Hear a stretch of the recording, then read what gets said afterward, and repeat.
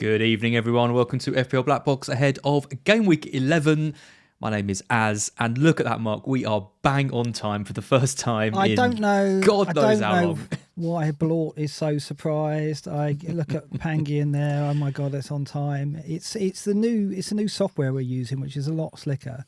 Means I'm a bit calmer. I didn't throw any headphones this week. I had to get a new webcam though because my webcam broke last night. You so nearly did a whole week of like no stress, and then last night it's as my webcam's broken. I'll need to get an order on. I don't know if it's going to arrive in time. It's like, oh, here we go. It was so easy. Tranquil. Nothing straightforward, is it? Anyway, tonight, so the webcam's 10 not minutes as good. before. 10 minutes before we start, we're on time. Yeah. Beautiful. Green arrows as well. Come on. God, you've closed the gap, though, haven't you? Yeah. Massive week for you. Massive. We'll talk about that in a bit. What else are we going to talk about tonight? Well, we've got loads of stuff. We've got some stuff on Amorim, haven't we? Talk about his new tactics, what we can expect. 3 amazing fixtures for them coming up. So we'll talk a bit about those. I've already got one in my side. I might be getting another one. So we'll see what tonight brings on that. We've got to talk about Big Dom Solanke. Getting his 16-point return, making a lot of people very happy. Nearly making me very sad because do you know how close I was to selling him? Have I told you? Oh, I can't believe it. You were going to do what? You were going to do Dom to Rail Jimenez, right? Yeah, I was going to do Dom to Jimenez, and I had it on confirmed transfers. And I did a poll. I did a poll on Twitter, which said something like, "Who scores more in the next two, Solanke or Jimenez?" And I think it was like 65% Jimenez. People said. Seriously? Yeah. And I looked at it and I thought, there's lots I could do with that money. I want to be moving to Parma in the future. You know, Salah's obviously a player that I want. I can take some money out and go for Jimenez. I would be sick to my stomach if I'd done that move. So glad I didn't. I mean, I'd be beating you if you'd have done that. You would be, yeah. Oh my God. God dear me. Imagine that. I can't believe you were that close to doing it as well. We did talk about it, didn't we? Because we talked about Solanke last week and you said you were on the verge of giving up on him. And I said, we've got to hold him for the Ipswich game, surely. And aren't we glad we did? Because now he goes into that game as what? I looked at the betting odds that Rob T put up and he's like the 3rd favourite scorer this game week. And our teams look pretty good with Solanke in there. So yeah, commiserations to anyone who moved him out. He's my captain this week. Is he? You going to captain him? Right. Spoiler alert. Early spoiler alert.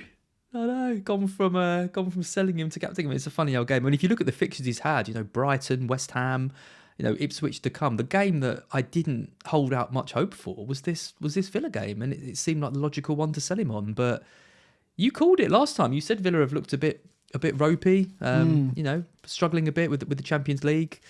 You know, the underlying stats in defence were good, but starting to tire a bit. And I thought Spurs were brilliant in that match and rightfully blew them away. So, it should be a big. I mean, you've got 3 Spurs assets going into Ipswich. I know. I mean, it's funny, isn't it? Because last week when I got Porro and Johnson in, it looked like I've made a faux pas because obviously they went to Palace and they were miserable. I didn't expect the returns. I didn't expect big returns in the Palace game, but I thought I might get something. But it was always with the home games in mind. The 3 home games that they got in 4, but I wasn't expecting the big returns in the Villa game. So it'd be just like it'll be Spursy, wouldn't it, if they like drew 1-0 and 1-0 Ipswich. Sarr got the goal or something. Yeah. Surely not. We have got over 400 joining us already, and there's European football going on. And Chelsea are what 6, 7, 8-0 up by now. I don't know. They were 6-0 up after 42 minutes against the Armenian minnows that they were playing. 6-0 at half time. Yeah, exactly. Oh no Cole Palmer in that game, of course. We will touch on Cole Palmer. But just to give a shout out to those in the chat tonight, thank you for joining us. That's Paul Sines, that's Henning, that's FBL Forest, you is Sexy Beast, Nicholas Kill, Tristan Cox, Tony G, Mr. Lucian, Emu Show, Connor Richardson, I am 1974, Attaboy, FBL Yellow Army, good evening, Davis Family First, Tony G, Jake Egan, they're all in, Tanky. No sign of Nigel yet. I'm sure he's there in the background, just hasn't commented yet. Thank you for joining us. On a Thursday night, 9 o'clock, we'll be going up to probably 11, knowing us, maybe a little bit more. If there's any super chats in there, we will get to them, of course. Let's get on with this by hitting your game week. Mr. Az, your first 53 points, talk us through it. God, you're really getting into this like streamer hosting lark, aren't you? Yeah, I love it. I love it. Reading names, hitting my team. Oh, I can't wait to the smash and like. Yeah, actually, I'll do a bit of that in a minute. Off to go. It was an all right week. 53 points. Raya and Trent, the two premium defenders who a lot of people have got, obviously disappointing kind of each and every week. With 3 and 2. Lewis with the 1. Moreno finally actually making it past the halfway line.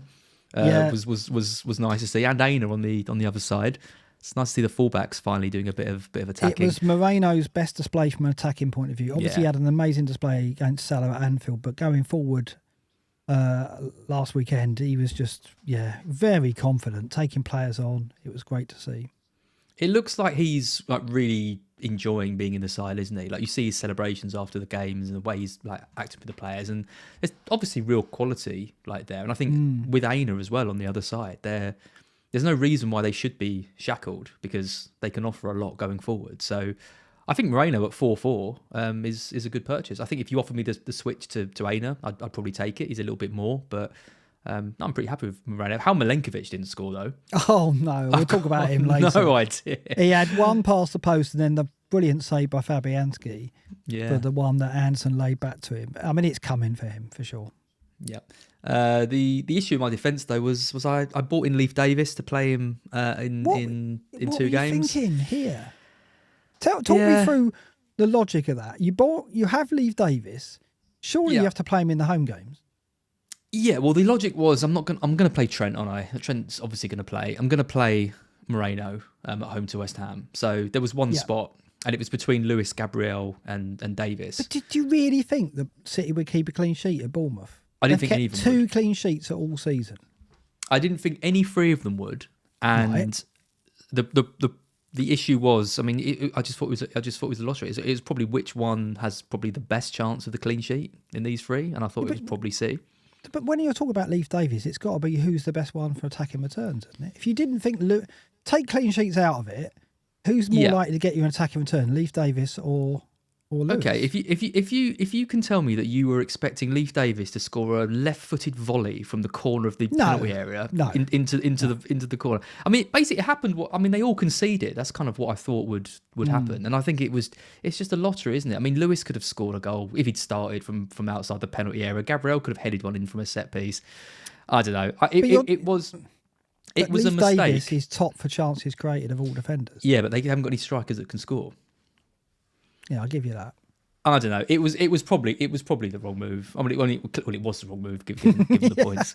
And I wish I had played him because I literally had him for these 2 games. I had him for Everton at home and Leicester. They were the 2 games I was going to play him in, and I went against that thing. But so yeah, that's 9 points lost, which does hurt. But anyway, you played Rodgers though. Played Rodgers. Yeah, played Rodgers. I was happy with that with his 9. Foden, I mean, again, I don't know how he blanked in that match. He's now the second highest for XG involvement over the last 2 game weeks, just behind Haaland, who also blanked again. In Bruno, Garnacho. I mean, how did Garnacho not get a return against Chelsea? Because he's very wasteful. That's why. Yeah, I know, but oh my god, he had 2 great chances in that game. Haaland blanked. I don't know how he blanked in that. Watkins had a great one-on-one opportunity against Spurs and put it wide, and luckily I was bailed out by Solanke, because without him, with Salah scoring and kind of other things going on, it wouldn't have been a very good week.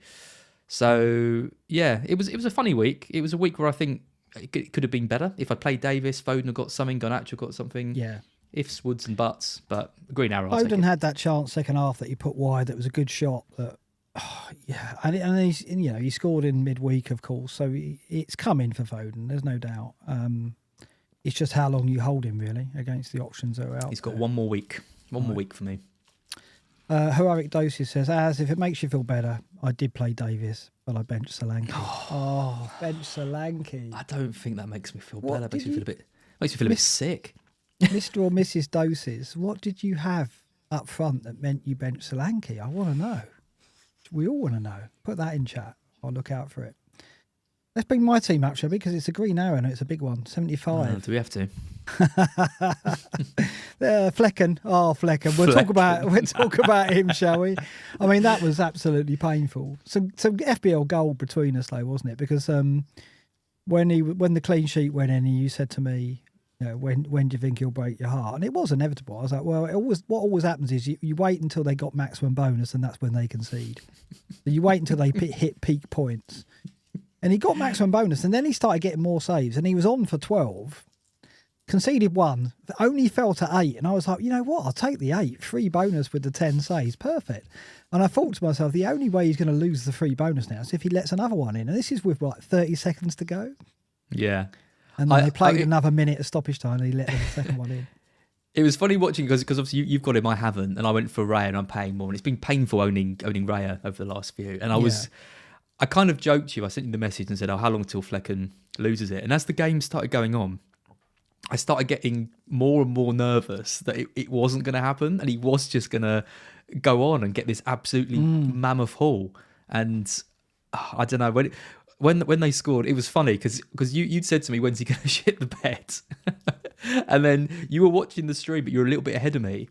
And so then I just got the message from you saying, yep, he's absolutely shat the bed. And then literally as I read it, I saw him concede. And I was like, oh. Unbelievable. Yeah. It was. I was kind of prepared for it, so it wasn't as devastating as perhaps it would be for others. And obviously I'd had a good game week, so I could take it. If I'd had a bad game week, I think I'd have had to say to Pip, I'm just going out and we need some more milk or something, then just gone for a walk for 2 hours at like 10 o'clock at night. You know?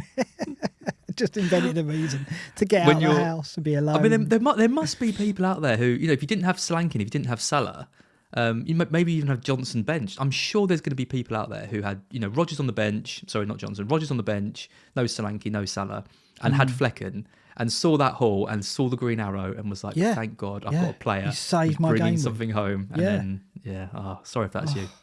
Deary me. Anyway, Flecken 4, Trent 2, Gabriel 2, Porro 1. Miserable in defence.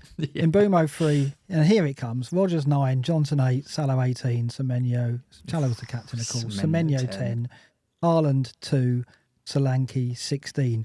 Obviously, the fact that I played Semenyo over Lewis raised a few eyebrows, and of course raised suspicions of, we got a leak. I knew people would think that. And the thing is, I was on the train to Nottingham. I had no signal, and I was like trying to get a signal to message in WhatsApp and say, people are going to think this, aren't they? When basically it's like all the team news was coming in and so on. And I was surprised that more people didn't play Semenyo. I was surprised how many teams did bench him. I was pretty shocked that he was such a differential, because I always thought City would concede, and then like who's most likely to get the goal.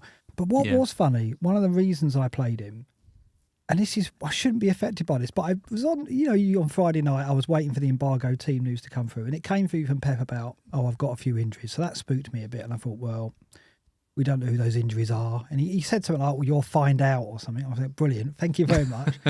So I didn't think Lewis would be injured, but I thought that perhaps there'd be more injuries and then City more likely to concede. So I thought, I'll play Semenyo if they're going to be weakened. But the other thing that made me play him was there was an interview with him on the BBC website, which I presume was on Football Focus. And on it, he talked about setting a goal target. And when it's just recency bias, I watched it and thought, actually, he's a good player, isn't he? Yeah, he could get fit. And I was talking myself into playing him, and that was played into it as well. And it's just weird how those little things, like if you read an article or someone, someone just brings a player to mind. You could be on Twitter, couldn't you? And just breeze through Twitter. And that could be the thing that just makes you go, when it's so close. And it was. I mean, like the difference between Semenyo, Rodgers, Lewis, and Gabriel, when I looked at review, because I was looking at review, and they were all about between 3-4, 3-7 expected points. But when it's like that, it's like, well, it's down to me really. There's not enough in it where the algorithm or the model is going to help. So I just went on my biases, which was, well, I don't trust Pep, and I think City will let one in at least, and they let 2 in. So two things on that. Firstly, you could have given me the tip off that Lewis was benched. That would have been Well, I didn't know he was helpful. benched, did I? Oh yeah. Of course you didn't. Yeah. You think I'm going to believe that? I'm glad City wasn't the first kickoff because it would have been even worse, wouldn't it? Imagine if we both benched Lewis. Imagine if I'd benched Lewis for Davis. We would have got absolutely slated for being in the old cartel. I wanted to ask you, say for example you had to play Lewis this week because obviously you've got no Greaves. I will have to. Say Gabriel was a doubt. Well, okay, actually it doesn't really work with this example, but say you were playing Lewis this week, would that make you less likely to want to play Semenyo?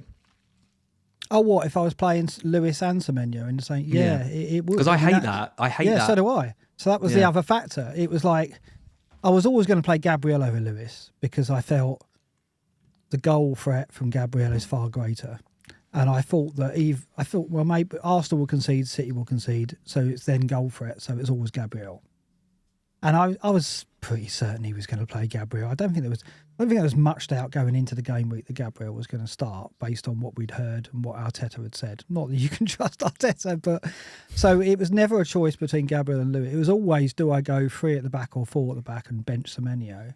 So it's Semenyo or Lewis. That's the 9 points that I lost out on my Leaf Davis.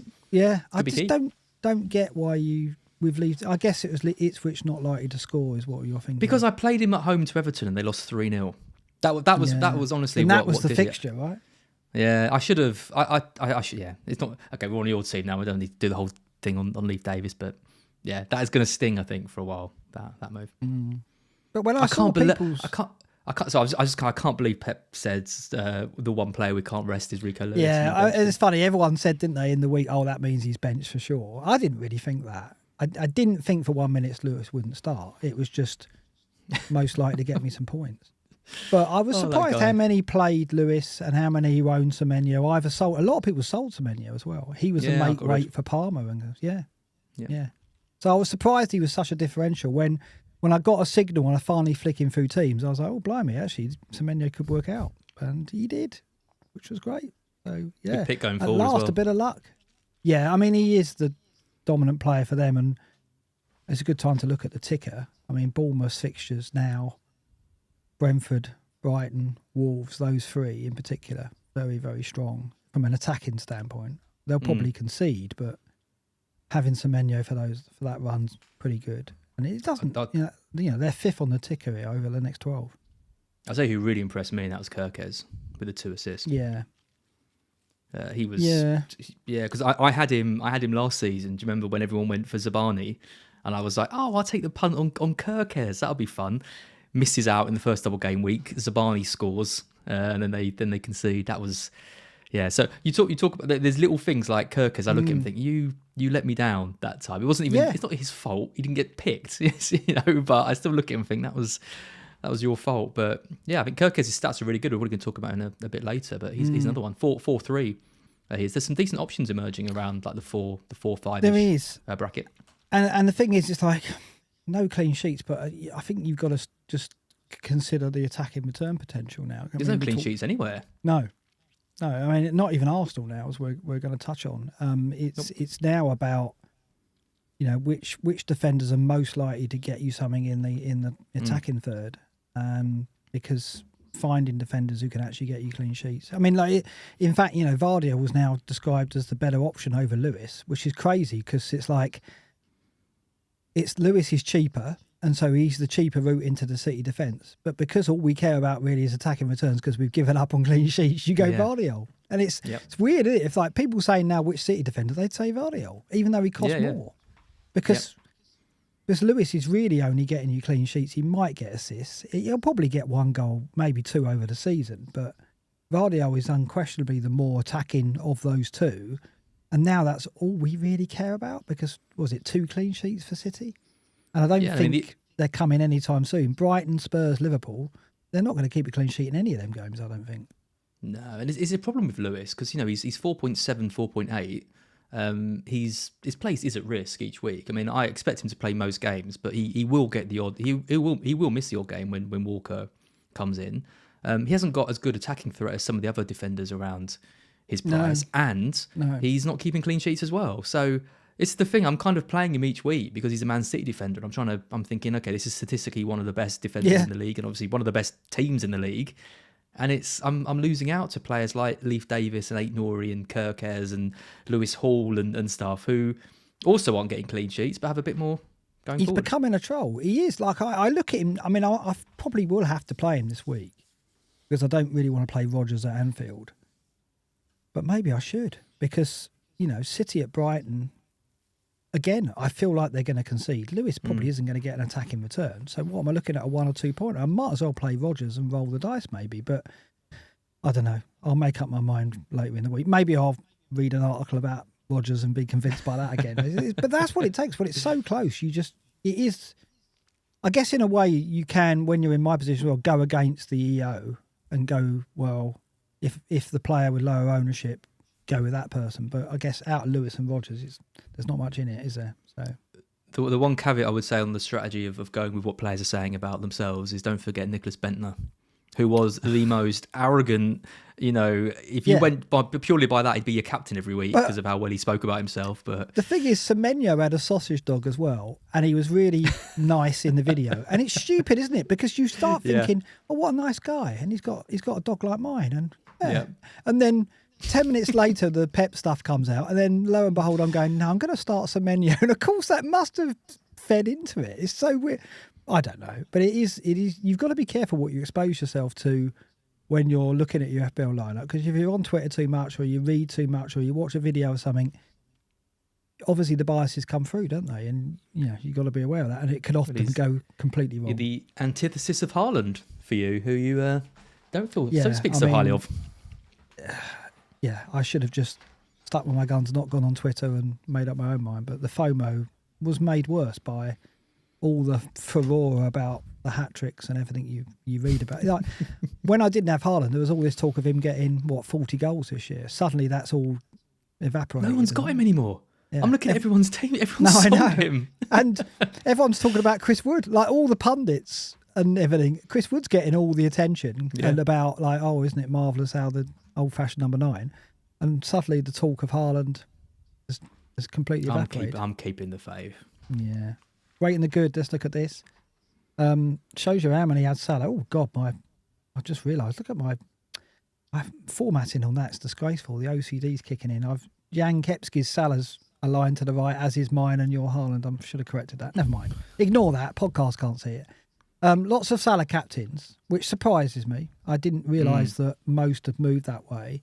And obviously 3 Haalands. Yeah, and because obviously it was Haaland who made way, I guess, for most of these teams. When I checked through teams, as I do when deadline passes, I look and see what other people have done.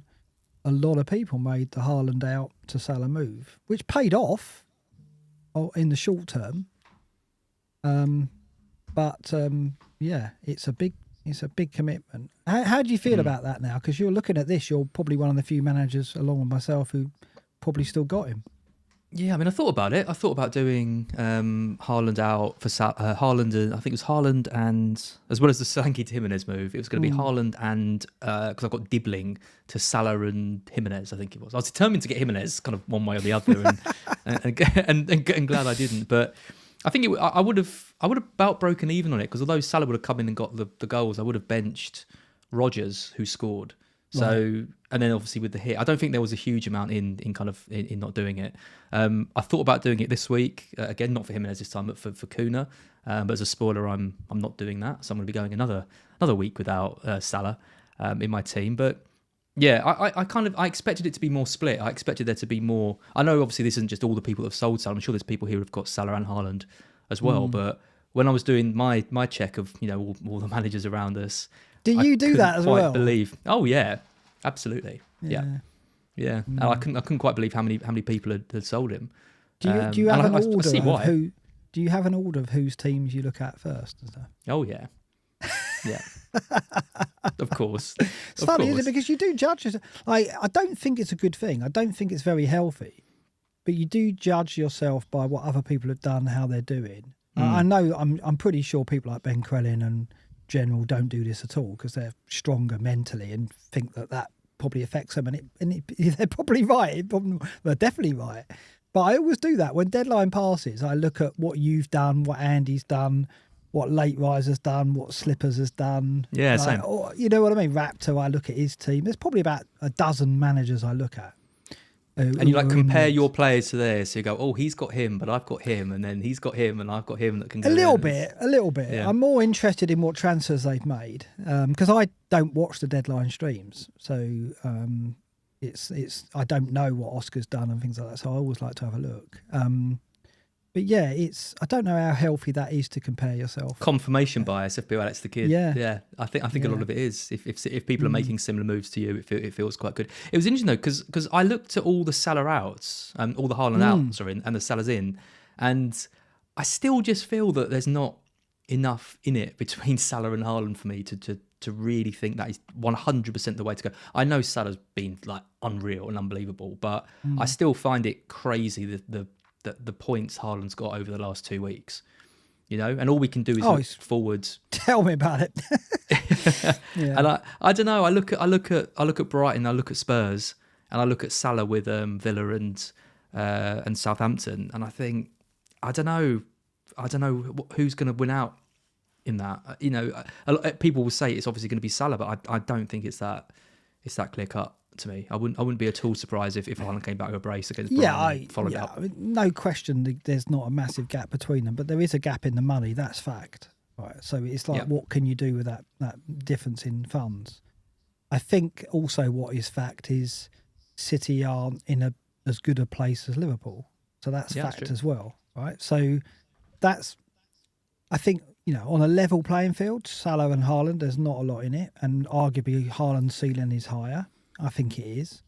But at the moment, Liverpool are in this groove of winning matches. And Salah's just doing what he always does. Like, because I've had periods where I haven't owned him, and you watch him and you think, well, he's not playing well, I'm going to get away with this. And then he goes and gets a penalty, or goes and gets a couple of assists at the end, or gets a late goal. And you think, he's come out with a 9-10 point return out of what was a poor performance.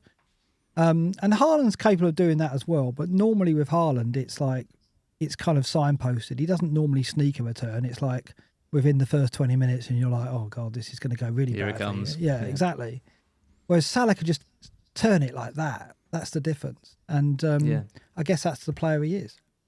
It's true. I mean, it feels to me, though, that once Haaland's gone, I feel like that's him gone. I don't really see how you can... We've all used the wild card, so most of us use the wild card. So if you're selling him for Salah, and okay, there's midfields with Salah, Saka and Palmer, which look like unbelievable. And I'm seeing some amazing teams out there without Haaland. But what are you going to do if you want Haaland back? And I guess the answer to that is nothing, right? Because you're not going to move... You're not... If you're taking the Haaland money and you're putting it around your team and you're putting it into those three assets in midfield...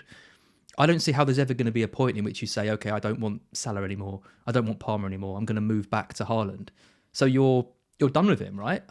That's how I see it. Until the wild card, I agree. Yeah. I don't think you're getting him back with free transfers, no. No. Because you have to spread the funds. The only point in getting Haaland out of your team is to spread the funds and hope that makes the difference. And in a world, or in a landscape where we have got Palmer, Saka, Son, Salah, and as we said last week, a cast of forwards who are doing their job and getting maximum bonus from one goal, spreading the funds should compensate. Should, I would say. But it's the recency bias again, isn't it? Of we've just come off Haaland's most miserable run in his Premier League career for City. One goal in 5. I don't think he's done that before. If the underlyings were like the same as they had been against Newcastle and Wolves, I'd be in a very different place. And again, maybe this is where stats, we focus too much on stats. So maybe he just is in a really poor area of confidence and he's not going to score, but he's getting so many chances still. I'm happy to keep him and see him battle out against the Salah owners, but obviously they're both great picks. Loads of good comments coming in.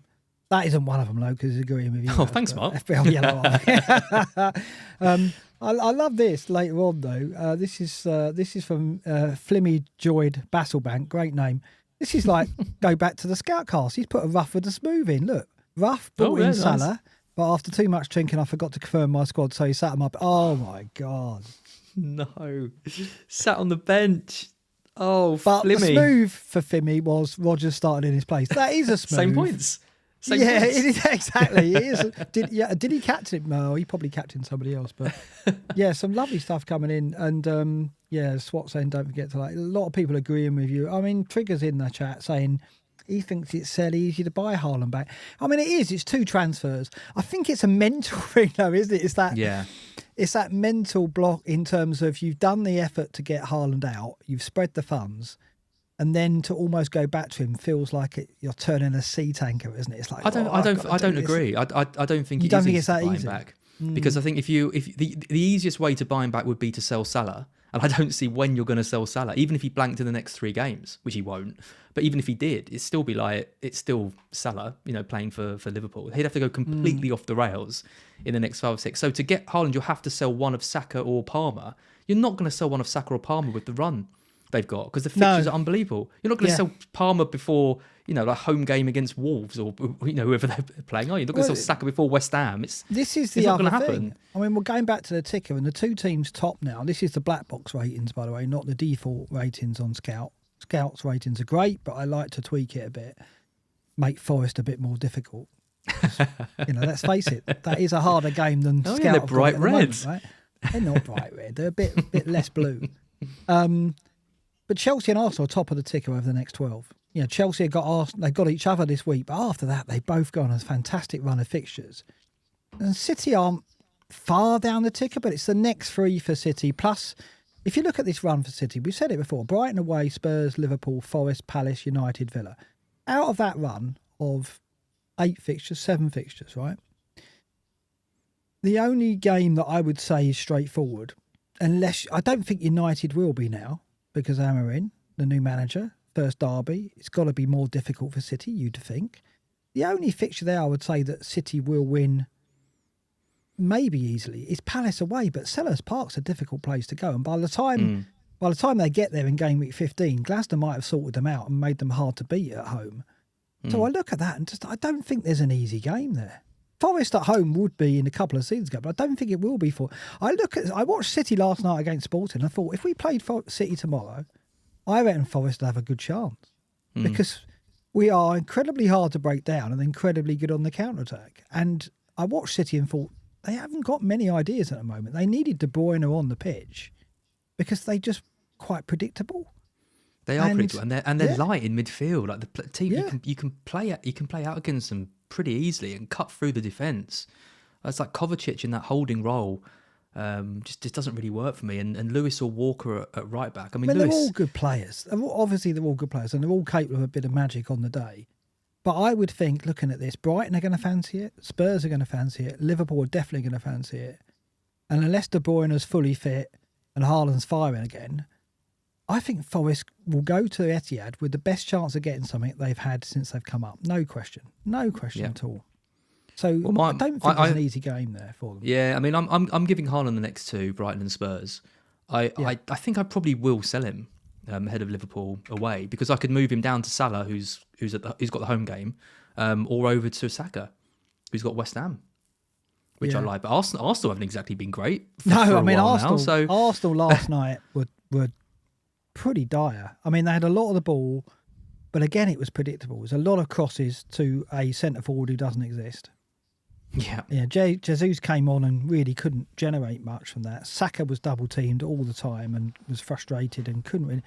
Martinelli's not offering enough down that side, and obviously Odegaard's not there. Odegaard coming back, we'll talk about it later, is huge, absolutely huge. And so, we've got Odegaard and De Bruyne coming back into these 2 teams.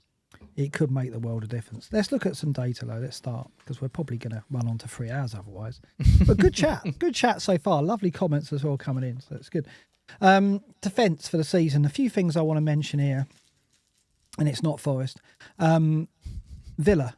I mean, what did you make of the 4-1 at Spurs when defensive data, they're 4th here, 0.99 XG conceded non-penalty per 90, and they were 2nd, I think, on this table going into the Spurs game. Obviously, they've slipped down now.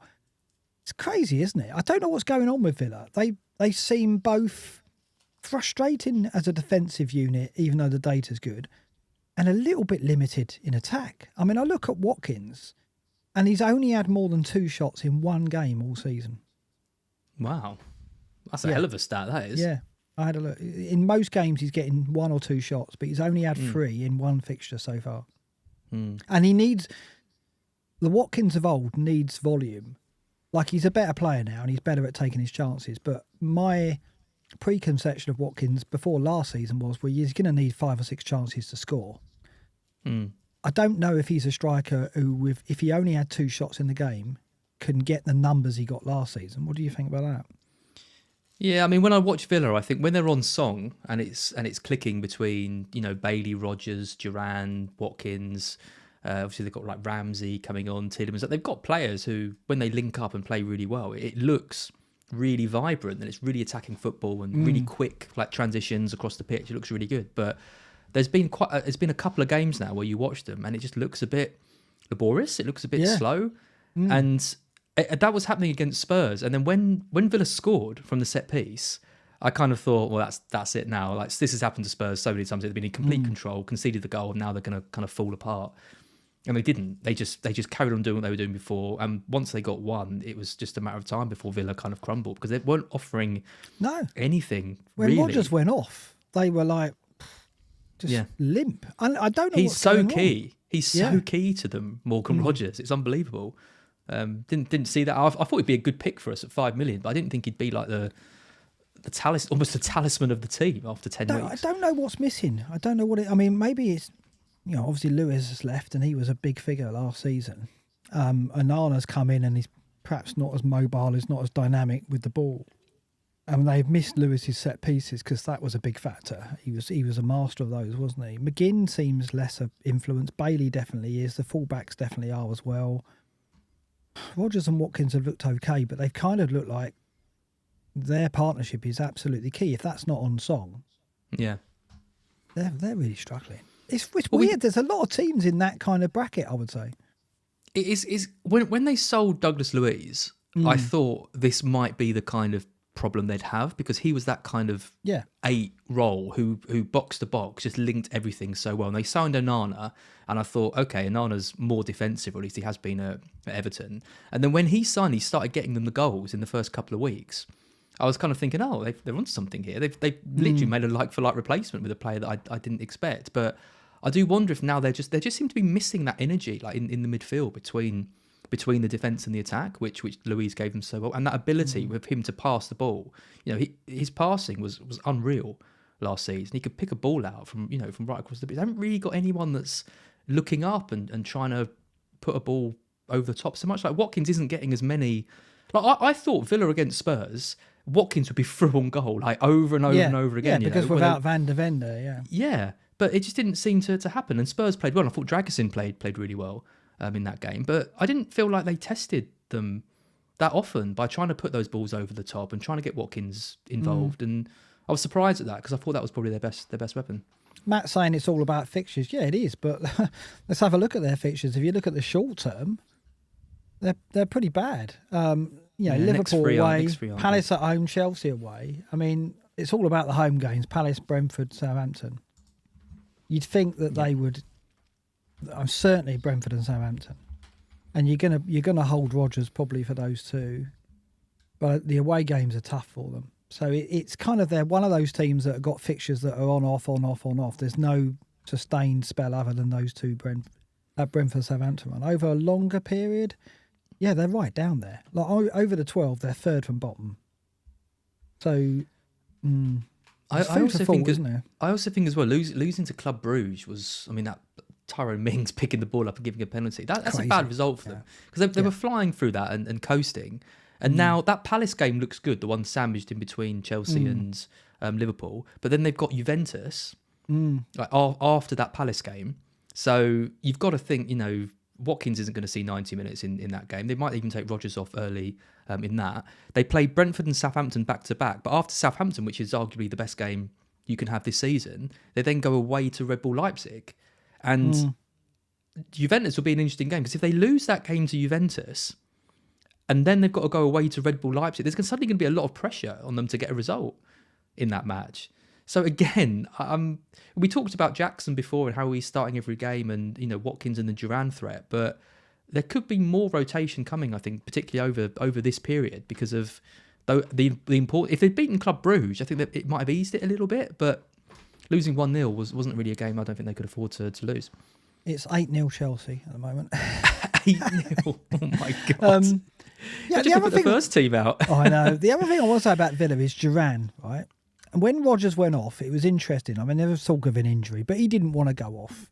And Emery said, interestingly, I don't think the injury is too bad because he didn't want to come off, but I wanted to get two forwards on. I've got thoughts on it does make me wonder that because Duran is there and he's like on a leash and he's proven himself and he wants to get starts, as soon as there's an opportunity to get him on the pitch, Emery's like, yeah, I'll take that. Because in the back of his mind, he's thinking, as soon as there's a window where I should consider putting Duran on, I'm going to take it. So as soon as Rodgers got a knock, right, he's off, get Emery, I get Duran on. And it'll be the same for Watkins as well. Like, so that is a thing if you're owning Watkins and Rodgers, if they get a knock with 20 minutes to go, there is no question they're coming off because he's looking for a chance to get Duran on the pitch to keep him appeased. Now, maybe that's speculative, but that's how it seemed to me in that game. Because I think Rodgers could have stayed on and they might have done better. My thoughts on Morgan Rodgers in that game, and I'm a big Morgan Rodgers fan, don't get me wrong, so take this with a pinch of salt, but don't complain about getting subbed off if you're going to spend 5 minutes rolling around on the floor, crying in pain, and then your manager subs you off and you go, what are you doing? I'm fine. Don't roll around then. Just get up. Get on with it. If you're fine, get up. You think he'd know. You think Watkins and Rodgers go on thinking, Duran's going to come on with 15, 20 minutes to go. So let me make sure I don't give Emery a chance. I've never seen anything like it. Because when Son got subbed, he looked good. He was running around and he was like, what are you doing? Yeah. Rodgers got subbed and did the same reaction. Like, you've been rolling on the floor for 5 minutes, mate. Yeah, that's Get up. Let's move on. City slipped down here, but chances per 90, 7.60, which is extraordinary. Clean sheets, though, as we said. We talked about Lewis and Vardy already. United, the big chances is the highest though. So when they are getting a chance, it's more likely 2.30 big chances conceded per 90. Palace have got 3. I mean, they're City are certainly the biggest in the top 10, aren't they? Other than Bournemouth. So they are conceding the wider, big open chances. Yes. And Arsenal have slipped down, and suddenly Liverpool and Forest are the two best defences, 0.81, 0.89. Don't laugh. United, what do you make of United? Because obviously with the new manager, Amorim, coming in, the talk is all about Bruno, and we'll talk about Bruno in a bit. Anything making you think, well, maybe we should reconsider the defence? Because it's 14th here, so this would say no. But they've had the most clean sheets, have they, this season? They've done all right. Most? I mean, at one point they'd had the most. I don't know if that's continued, but I think it might be. It must be Liverpool first. Four clean sheets. Yeah, Liverpool got 5. Liverpool got 6, I believe. Yeah, Forest got 5. They were at one point they're the most, but now it's okay. Now they're third, but still it's not bad. I mean, I am getting swept up in the Amorim hype. You are already, are you? Right. I am. Yeah, I can't help it. I mean, you watch that performance that they put in against City, and you see the way he's got them playing, and. If you watch Monday Night Football as well, you saw some of the stats that he's bought into Sporting. This is the bias I was talking about with Semenyo. I know. If you watch too much of this, you're gonna end up buying Garnacho. Oh, you've already got him. Oh yeah, too late. That was before. That was under bloody Ten Hag as well. You're so vulnerable. Yeah, I know. But top for progressive carries, top for shots, top for XG, top for goals, all these things. And okay, it's. What Carragher described actually as a lesser league, just which a bit. Is fair enough. Yeah, just a bit. But Manchester United aren't one of the top teams in the league, so it's going to be a difference, obviously. But yeah, I think it is exciting. I think I've been watching a lot of tactics videos about him, and we're going to do a bit on Amorim in a bit. But it's going to be really interesting to see whether he comes in and tries to stamp the 3 at the back formation, the wing backs.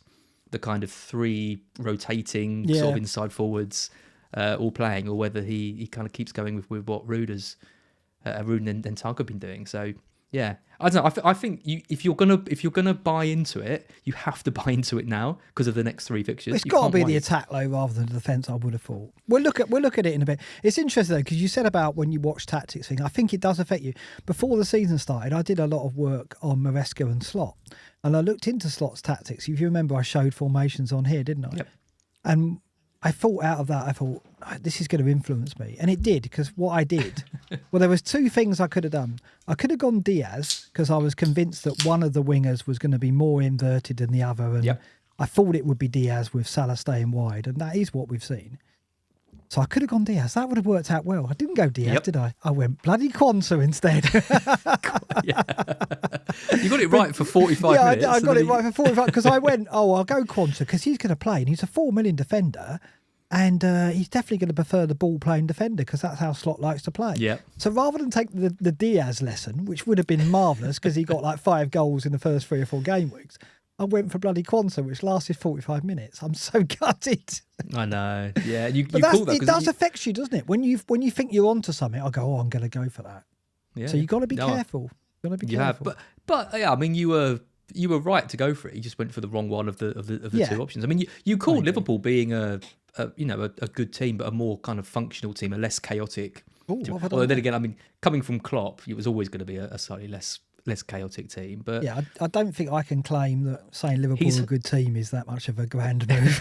I think I was expecting more of a drop off from them than we've seen. I thought it was a big job to replace such a legend in Klopp, and I thought there might be a bit of adjustment period or a bit of time to take, but they've been absolutely unreal. Outstanding. Top of the defence, not top of attack, because Spurs are top of the attack, and I don't think that is surprising given what we saw against Villa, and it is the basis on which I've gone 3 Spurs, hoping that would get returns. I guess it's surprising to see Chelsea up there, but then they banged in 8 tonight, and I guess that explains why Palmer from Game Week 12 is such a priority. What is surprising is Arsenal. I think they're not the best defence now. That's been carrying them. They're like 4th in the defensive data based on XG non-penalty conceded. They're down in 6th here, 1.58, behind United, Liverpool, Chelsea, City and Spurs. But Odegaard's back and that could unlock them, right? I hope that does. I hope the handbrake comes off a bit and Havertz and Saka become... I'm not scared of Havertz and Saka at the moment.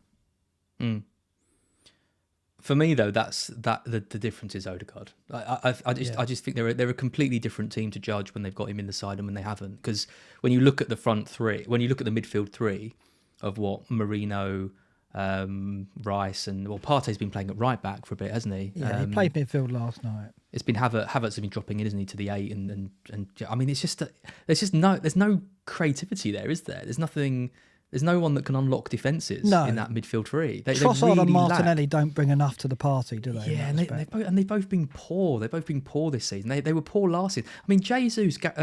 If I was playing against Arsenal and I saw Martinelli, Trossard, and Gabriel Jesus in the side, I wouldn't be filled with fear. Like they're good players, but they're not league winning. They're squad players, in my opinion. And then you look at that midfield 3 and you think, well, who in that midfield? I mean, Rice is going to run around and do a great job. And obviously he's got a lot of talent, don't get me wrong. £80 million player. He runs around a bit. But he's not... Who's going to be the person to play that killer ball through, and if they do play the killer ball through, who's getting on the end of it? I don't know. They're relying so much on Saka. And you can...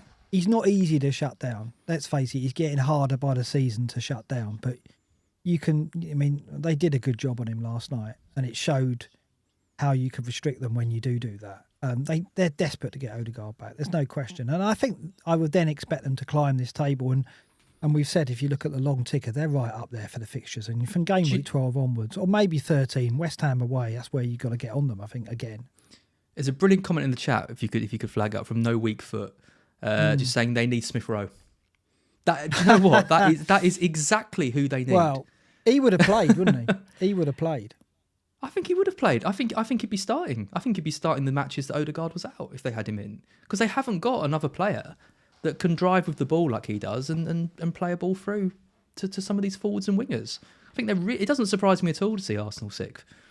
on this list because I think they're quite ordinary at the moment. Yeah, but we expect them to pick up and we expect them to climb this table again and threaten. United attack is up there, and we talked about the defence. Does the presence of them fifth in this table, 1.60 before Amorim gets there, does that make you even more tempted to go all in? Yeah. Well, the issue isn't so much the stats. The issue is the lack of goals. I think they're 18th for goals. Yeah, lack of goals this season, or something like that. And again, you look at the team and think where the goal's going to come from, because Højlund isn't. I don't think Højlund's a 20-25 goal a season striker. Rashford hasn't been on it for ages. Garnacho's really wasteful. You could argue Ahmad deserves to start, but I think he's got a couple tonight. But I'd be probably more surprised than not if he started at the weekend. So where the goals coming from though? Are the goals going to come from Fernandes? Is he going to suddenly step up? Well, he hasn't scored more than 10 goals in his last 3 years, has he? Maybe I'm completely wrong on that, but definitely, I'd be surprised if he's. I can tell you, getting more than that. There you go. There you go. That's his, there you go. Bang on 10 goals then. Bang on 10 goals Premier for the last League. 3 years. That's his Premier League career. Yeah. So obviously his best season, 32 returns, 2021. When we were talking about him being the new king of FPL, even over Salah at that point. God, it's not great, is it? And it's been decline since.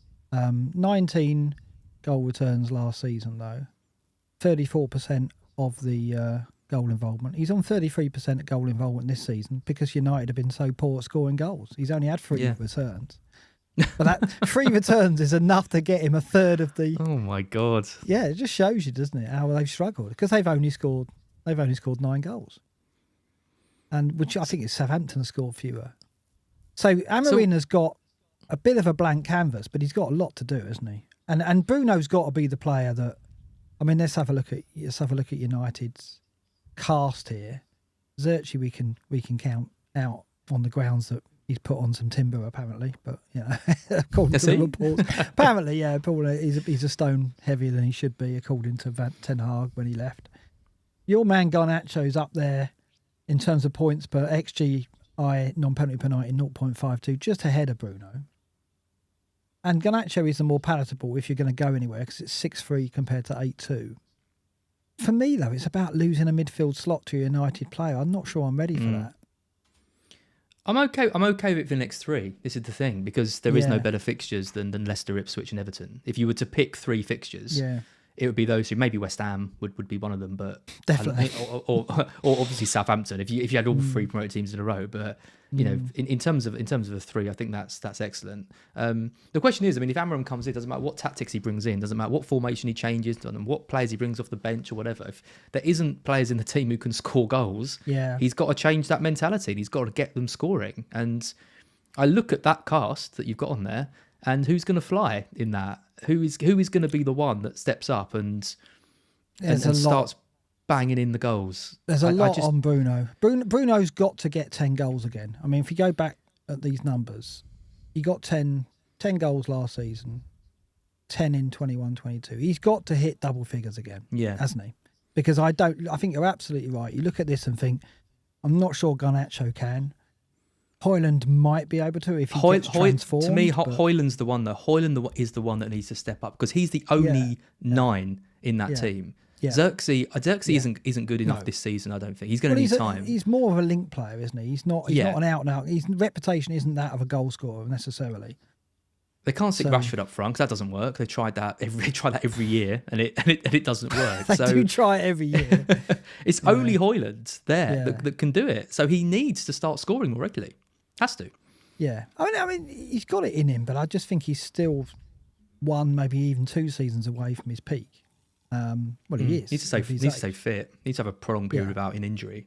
But I think you're right. I think it's not just tactics and formation. It's mentality. If you look at this, right? Amorim's going to turn up, and we think he's going to favour a 3-4-2-1.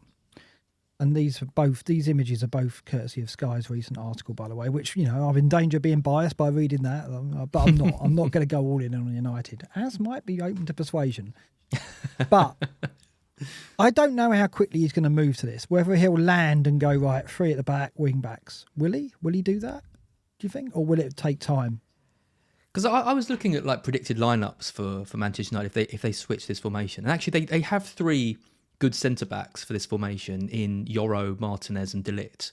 Well, Yoro isn't fit, and he's 18 years old, so I don't see how he can play De Ligt and Maguire in a back 3. I mean, teams are going to eat that up for breakfast, aren't they? Yeah, that's Martinez carrying a lot then. In that so case, I don't think he can go to a back 3 if it's until Yoro's back. They've got Mazraoui, Dalot for the wing back slots, and sure, if he's ever fit, they could also play Garnacho at left wing back. I was going to ask, whether you think he's going to end up at wing back. Yeah, he could do. He's interesting because he tends to be the right wing back that's the more attacking one. Yeah, and that's what the graphic shows here. Sporting average positions under Amorim, it's right hand side that's where is the more attacking side. So that's Dalot. That's got to be Dalot. I would have thought. Mazraoui's a good player, but I think if you're going to, and it could be Fernandes.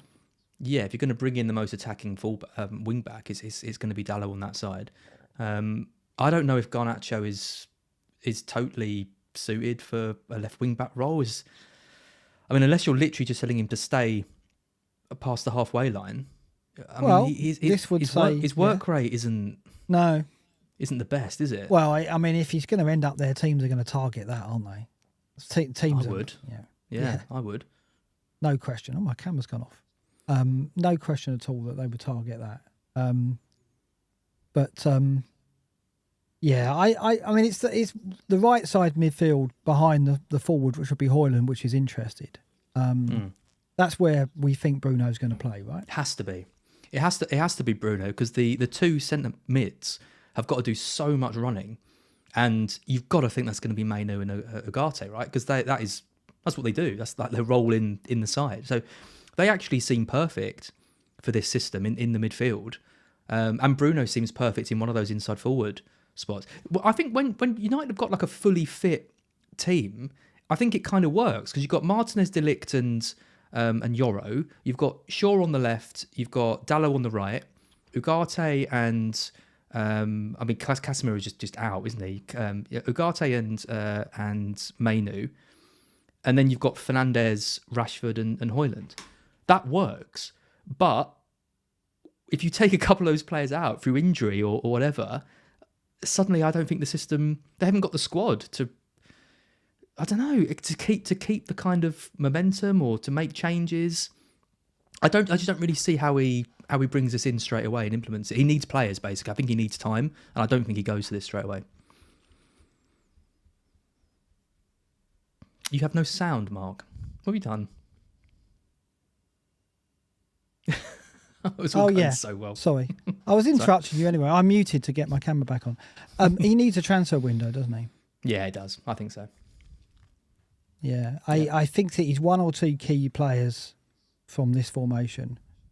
I don't think he's got enough depth at wing back to play this week in, week out. He hasn't got that centre back, like you say, that's fit. And I don't know if Rashford and Bruno are going to play behind the striker in those roles. I mean, Bruno definitely can. Rashford, it could be Ahmad, like a few people are saying, but that's a big step up. Yeah, it just feels like square pegs to me. It does a little bit. Yeah, considering the pressure he'll be under to get results, I think he'll rethink it and stay with the 4 at the back initially, and then see what you can do in January. Basically, I think that's the way he'll go. Yeah.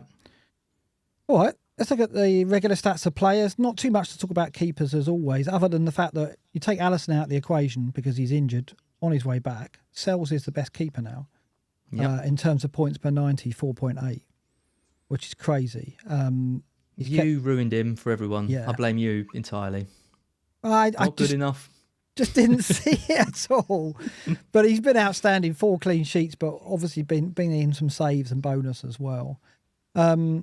Wanted to talk about Onana here because, he's done well with the 4 clean sheets I mentioned, and that could be, if you really want to go United, I'm sure United fans are itching to get more players in. Onana could be a logical step because he has done well even under Ten Hag, so you'd think there could be an improvement under Amorim as well. Flecken we've already talked about, so there's not too much movement here other than I think that, Raya will come again, I think, with the fixtures we've seen. given where Arsenal are on the ticker and from game week 13 onwards. I don't think Forest at home is an easy game, but it could be a clean sheet. I don't know about you, but I do expect to want to move back to 2 Arsenal defenders from about from 12, 13 onwards. Are you thinking? Well, I've got them. I've got 2. Right. No, I've still got Right. Raya. I've got Right. Gabriel. It's been a rough ride up until now, but I look at that run. Forest, West Ham, Manchester United, Fulham, Everton, Palace, Ipswich, Brentford. 12 right till 19. That's 8 games. It's easy to say, isn't it? I mean, you'd expect 3 or 4 clean sheets, minimum, from those. If I was picking a goalkeeper from game week 12, it would be Raya. Yeah. So I'm happy to have him. Yeah, I think that when I move Haaland out, some of the money that is cleared will be to try and move back to two Arsenal defenders. You won't keep Pleckant? I can't. I find it. I mean, he's done all right for me. He's got a couple of 4s, so he's had a couple. He's of matched games Raya, to be fair. He has. But I don't want to take him beyond. I mean, like, this is with good fixtures as well. I mean, it was interesting though to watch Brentford at Fulham. And they said that they spoke to Frank before the game and they said, would you take a 1-0 or a 4-3? What do you prefer? And he goes, always a 4-3. And then his team put on the most flaccid performance I've seen for some time. It was ridiculous, wasn't it? It was like, we're 1-0 up. Let's just... It was basically Forest under Cooper. It was I couldn't believe what I was watching. Yeah. Of all the teams, of all the managers to put in a performance like that, I could not believe it was Brentford. It was ridiculous. Yeah. It was like 45 shots or something, was it, to 4? It was. I mean, Mbumo was just nothing. He was more a fullback than a winger, wasn't he? I mean, he played down the middle for part of it. Yeah. Come I mean, on. it was strange.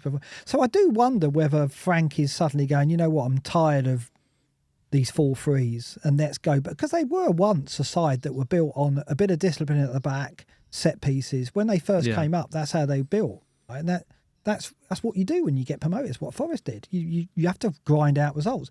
They became a bit more of a flair team who scored goals this season and played a different style of football, which has left them open. I do wonder if he's like, time to move the dial back, but he doesn't want to admit that. Be interesting. But yeah, there's no doubt. Find the middle ground. Yeah, you'd hope. You don't need to be up there or, bloody down the bottom. Find a nice middle ground. You've got to attack Fulham a little bit. I don't agree with Sexy B saying it was rough 2 worldies in injury time. I don't think it was rough at all. I think it was completely deserved. Yeah. Completely deserved that Fulham won that game. I mean, they didn't... I mean, Brentford here, 15th in the defensive weight data, 1.71. They did have a tough start, but they've had good fixtures recently. Remind me what their fixtures are like long term. They're pretty bad now. So they've got these 3, Bournemouth, Everton, Leicester. Then it falls off a cliff, right? Yeah. There's no way I'm taking Flecken into that one. I mean, it will be saves galore, but Villa, Newcastle, Chelsea, Forest, Brighton, Arsenal, they're not getting anything from them. He's getting a 15-pointer in one of those games. A 1-0 against Chelsea away. Where's the clean sheet coming there? Villa, Newcastle, Chelsea, Forest. Yeah, but he'll do it to Brighton, spite you Arsenal. because that's what these players love to do. They love to spite us. I mean, I'm even looking at Mbumo and thinking, I don't know if I want him over that one. No, I'll be selling. He's too highly owned, I think, to keep. Yeah. And that's pure BlackBox. That is too highly owned to keep. Too highly owned. Well, he's boring, isn't he? Everyone's got him. You don't even celebrate his points when they come in. Yeah. I mean, Villa, Newcastle, Chelsea, Forest, Brighton, Arsenal. Nah, we can do better in midfield. I think over that run. I'm tempted. Almost certainly be selling. The analytics crew will be shouting skill issue at you now by saying that, and me for saying it as well. But he's on pens, 90-minute man, ever present, perfect. Algorithms absolutely love him, regardless of fixtures. But yeah, I think you're right. I think that if you're trying to push towards 100k, which is what we've got to be aiming for, you perhaps have to roll the dice against Mbumo for that run because it's dismal. There's no question. Yep. I guess the question is where do you go, but we can cross that bridge when we'll get to midfielders in a minute. I don't really want to talk too much about Trent because we did that last week, but Simicast, he is now the starter and he's third in this table, 0.26, which there's a whole gaggle of defenders around that 0.2 bracket. Trent out on top, 0.36, so above them, but only just. It's not a huge margin, and with the eye test as we've seen. Simicast, talk to me about him. 4-6, taking set pieces, has that more quality than Robertson, I would say, in terms of delivery. And actually, in terms of XGI, outperformed Trent in that game last weekend. I think he came out with 0.56 and Trent, if I remember the walkabout video, was about 0.15 or something dismal like that. So Simicast definitely can offer us something.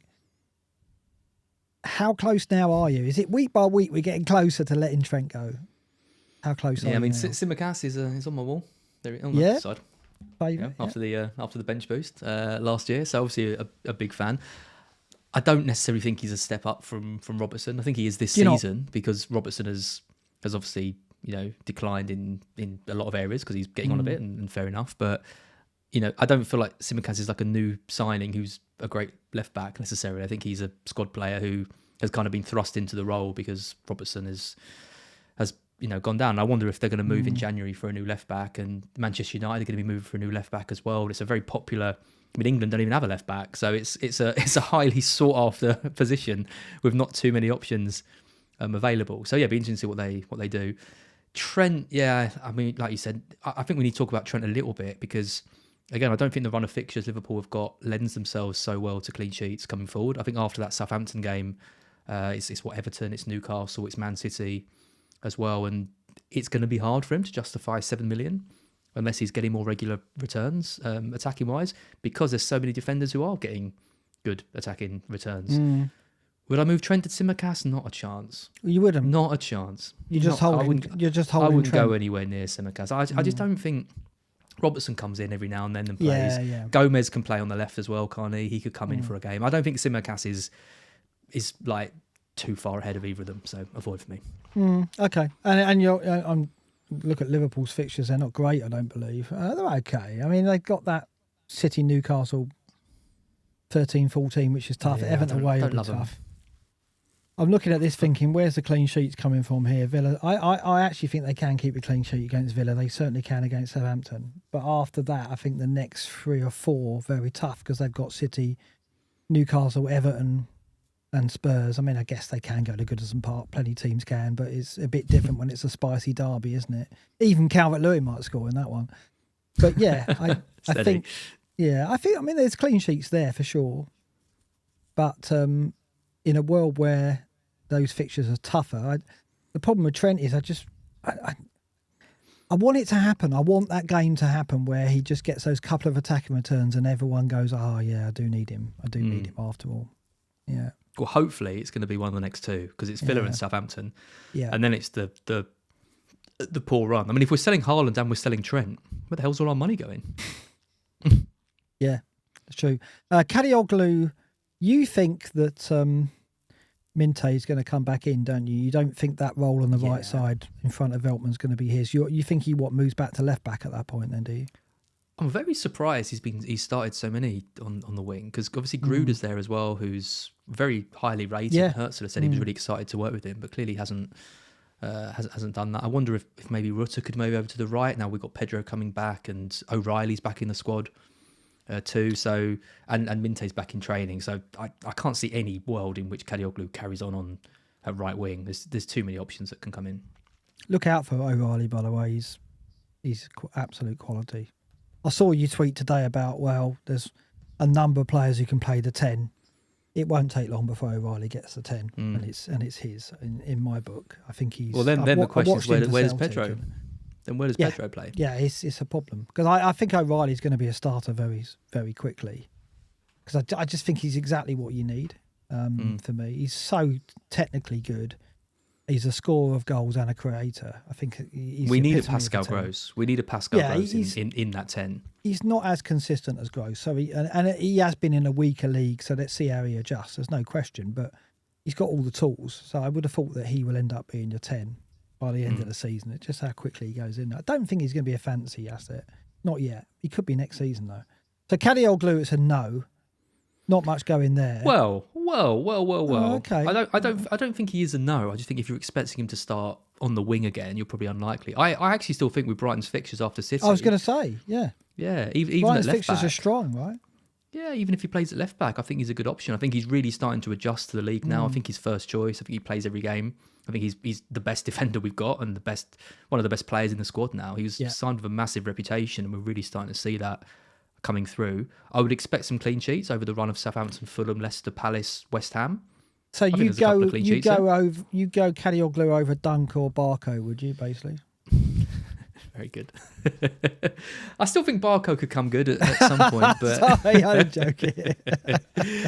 yeah, I'd go Kadioglu over Dunk. Right. I mean, Dunk was interesting at the start of the season because we thought the set piece threat would be there, but hasn't really materialised. I think Kadioglu is the one. He's a bit riskier than Dunk, but he offers a bit more. Yeah, okay. Okay, I put some Chelsea defenders at the end of the table here. None of them kind of feature in the top 30. Well, they don't. It's not kind of. They don't. But Chelsea's fixtures are very strong, and we're all about Palmer from the attack as well. We haven't really touched on Sanchez as an option. Any Chelsea defenders tempted you at all? I mean, I think it's interesting. Reece James coming back. What do you make of that? Not going in for Reece? No. Yeah, I mean, he's not. He doesn't look the same kind of player at the moment, does he? No, Obviously, he's trying to build fitness up, but yeah, he looks like it might take him a little while to get going. I mean, Gusto's the one that's maybe more impressive because he's inverting a bit more and getting forward. But I wonder if that's going to carry on. Maybe when James is back to his best, he moves back to right back. They got Cucurella. I don't see it. I think it's going to be inversion on the other side. It's just whether Cucurella takes Gusto's minutes away. That's the thing. Yeah. And he could, because Cucurella's more natural perhaps in that role. I just don't really. There's just not a lot to like, is there, about the defence? Like they concede goals. There's like rotation around those kind of more attacking spots. You're not going to go for Colwill or for Fafana because there's much more attacking options for the same price. Hard avoid. And the thing is as well, like we said it, didn't we, earlier in the show? It's like there were 4-5s like Davis, like Aït-Nouri, who offer you a bit more in attack, and Gusto and Cucurella can't really, even though they're inverted, they can't really compete with that. They need the clean sheets. If Chelsea suddenly turn into like a defensive juggernaut, then maybe we can consider them. But maybe I just can't see it. Fair enough. Midfield then. Let's look at that. De Bruyne's top, which for ages has not been worth a mention, but he's coming back, and it was interesting to see him. Can't work out what Pep was doing last night. That night. It wasn't last night, it was the night before, wasn't it? 4-1 down. They go 3-1 down. And Noel Gallagher, expert co-commentator that he is, was calling out for... he was doing co-coms. Did you see that? Noel Gallagher. No. I thought he was doing co-coms with Dan Fletcher. And I can't remember who was on with Fletch, but it was Noel Gallagher. Game's gone, Mark. I know. So they had a shamelessly saying we're going to have a fan of one of the teams as a co-commentator. I've never seen that. And he was saying promoting the tour and stuff. He probably gave me a load of money. I don't know. Talk about the tour or anything like that? I've never, because he kept saying we. He kept saying, "Oh, we're this and we're that." And oh, great! It's great, isn't it, when a co-commentator is so unbiased. But Noel Gallagher was saying, "Oh, this game's crying out for Kevin." That's the other thing he was doing. He's calling players by their first name because. Yeah, who does that? It's as if Noel Gallagher gets to wander into the City dressing room when he likes and have drink. Well, he probably does, so fair enough. But yes, I know what you're getting at there. Yeah, but he was basically saying, Brennan. He was basically saying this game's crying out for Kevin at 3-1 down, and he was right. I was like, well, they need a bit of invention. Maybe Kevin can come on. See, I'm doing it now. He can come on and turn it. No, he doesn't bring him on then. So we were like thinking, well, he can't be fit then, can he? He can't, if he's not coming on now, he's not going to come on. He can't be fit. He's on the bench to make up the numbers. They go 4-1 down with 5 minutes of stoppage time to go. And Pep goes, come on, Kev, on you come. What's that about? He's just come back from injury. The game's gone.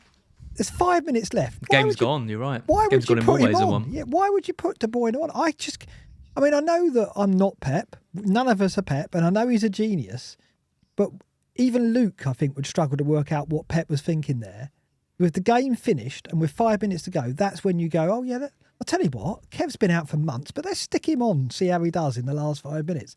Very strange decision. But it was also strange that he was on the bench for Bournemouth and they were 2-1 down, desperate for a goal. Yeah, nothing. And they don't bring him on in that game. It's like, what's the point of him even being on the bench in that? Well, what's the point of him being on the bench in either of those games? You've got to think that it is a numbers thing. Rather than name 3 keepers, they're putting De Bruyne on, and then if they're really, really desperate, they bring him on. And I get it, but why bring him on when you're 4-1 down in a game that they're not knocked out as a result of losing that game? So why try and He's not going to turn it round, is he, in 5 minutes?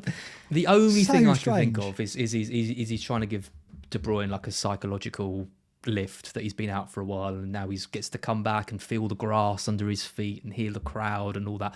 But that is clutching at straws. That's all I've got. 'Cause I haven't got. Imagine someone gone through him and he's out for the season just because of that 5 minutes. Surely I don't know. I mean, who am I to question Pep? But I thought it was really odd. Well, he's done it before with De Bruyne, didn't he? De Bruyne was out for the whole pre-season and then he chucked him into that first game. Was it last year? Or maybe the year before? And then he was out for like 4 months. And then Pep was like, oh, yeah, I probably shouldn't have played him in that game. He wasn't really ready. Why'd you do it then? Anyway, yeah. What do you make of that impact on Foden? I mean, we expect it to help Haaland because De Bruyne is elite when it comes to creating chances. There's no one in the league like him. That's why he's top of this table. I can't see Foden operating out wide. And Bernardo Silva starts. So surely De Bruyne back means Foden becomes more of a question mark, right? Yeah, it's a strange one because I can't see a world where Foden gets a prolonged period of time out of the team because of his quality. Well, no, because he's just one player of the season, and he in the games I've seen, even the last few, he's been very influential in the last couple of games. I know they haven't won, but he scored the goal against Sporting. He had a good game, I thought, against Bournemouth. Created loads of opportunities in that. Created 4 big chances in the game against Southampton as well. The issue is, like you say, is where do you play him? Because they've got Savio on the right, who I think is excellent. Foden, we know from last year, worked best with Walker bombing past him, so he could kind of tuck into the middle. Not really going to get that so much with Lewis. So does he play in... I guess it's him and De Bruyne in midfield, but then they haven't got the. Well, where's Bernardo going then? But the trouble is they haven't got the cover, because it's all right to do that when you've got Rodri doing all of the work, all the dirty work behind you. But then when they it's have to play Gundogan. Gundogan and Kovacic have to play, don't they? And I don't think Gundogan's been good at all since he's come back. He hasn't. From Barcelona. So I think they've got a real... I mean, it's obvious to say they're missing Rodri, but when the replacements aren't really stepping up, it's a big problem. And you're right. I mean, I guess Bernardo would move over to the left, but then they've got Nunes there as well, haven't they? Yeah, I don't know. I think it is a problem for Foden. I've got one more week with him. I think he starts against Brighton. He's got a good record against us as well. But then I think he is an issue. But I don't really see how he can not play him. But then I don't really see how he can play consistently. I think De Bruyne just doesn't play every game.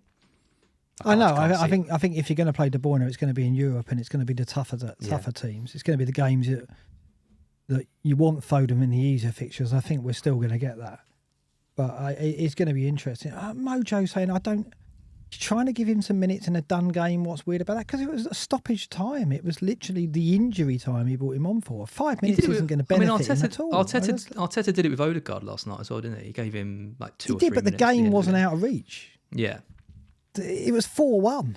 So it's like, with Odegaard coming on, you think, well, he might do something to get them a point. Still late, though. Well, I don't know why you brought him on that. They were one goal behind. So I could kind of see the logic of it. Like, 10 minutes, though. Yeah, but I still thought it was... I mean, even Noel... I agree. Even Noel thought it was the De Bruyne one. So, the De Bruyne one is... better than me. Yeah. The De Bruyne one is weird. I think it will... When De Bruyne is playing, I think it will have an impact on Foden. I think it probably means he goes out to the right still, but we think he's less effective there without Walker. So, yeah. Indeed. Diaz and Salah. Diaz with a hat-trick. I said through the middle, didn't he? Yeah, I said in my walkabout video that it was only Salah, really, and then Diaz goes and gets the hat-trick to shut me up. What do you think? It's going to happen. This is going to be like this all season. Jota comes back, scores a brace. Diaz gets a goal. Gakpo suddenly is the best. I'm just not going near it. You're not. I can't be dealing with it. I do think though Diaz should be playing through the middle over Darwin. Do you? I like that. That Gakpo Diaz Salah is a potent front three. Could that be a thing?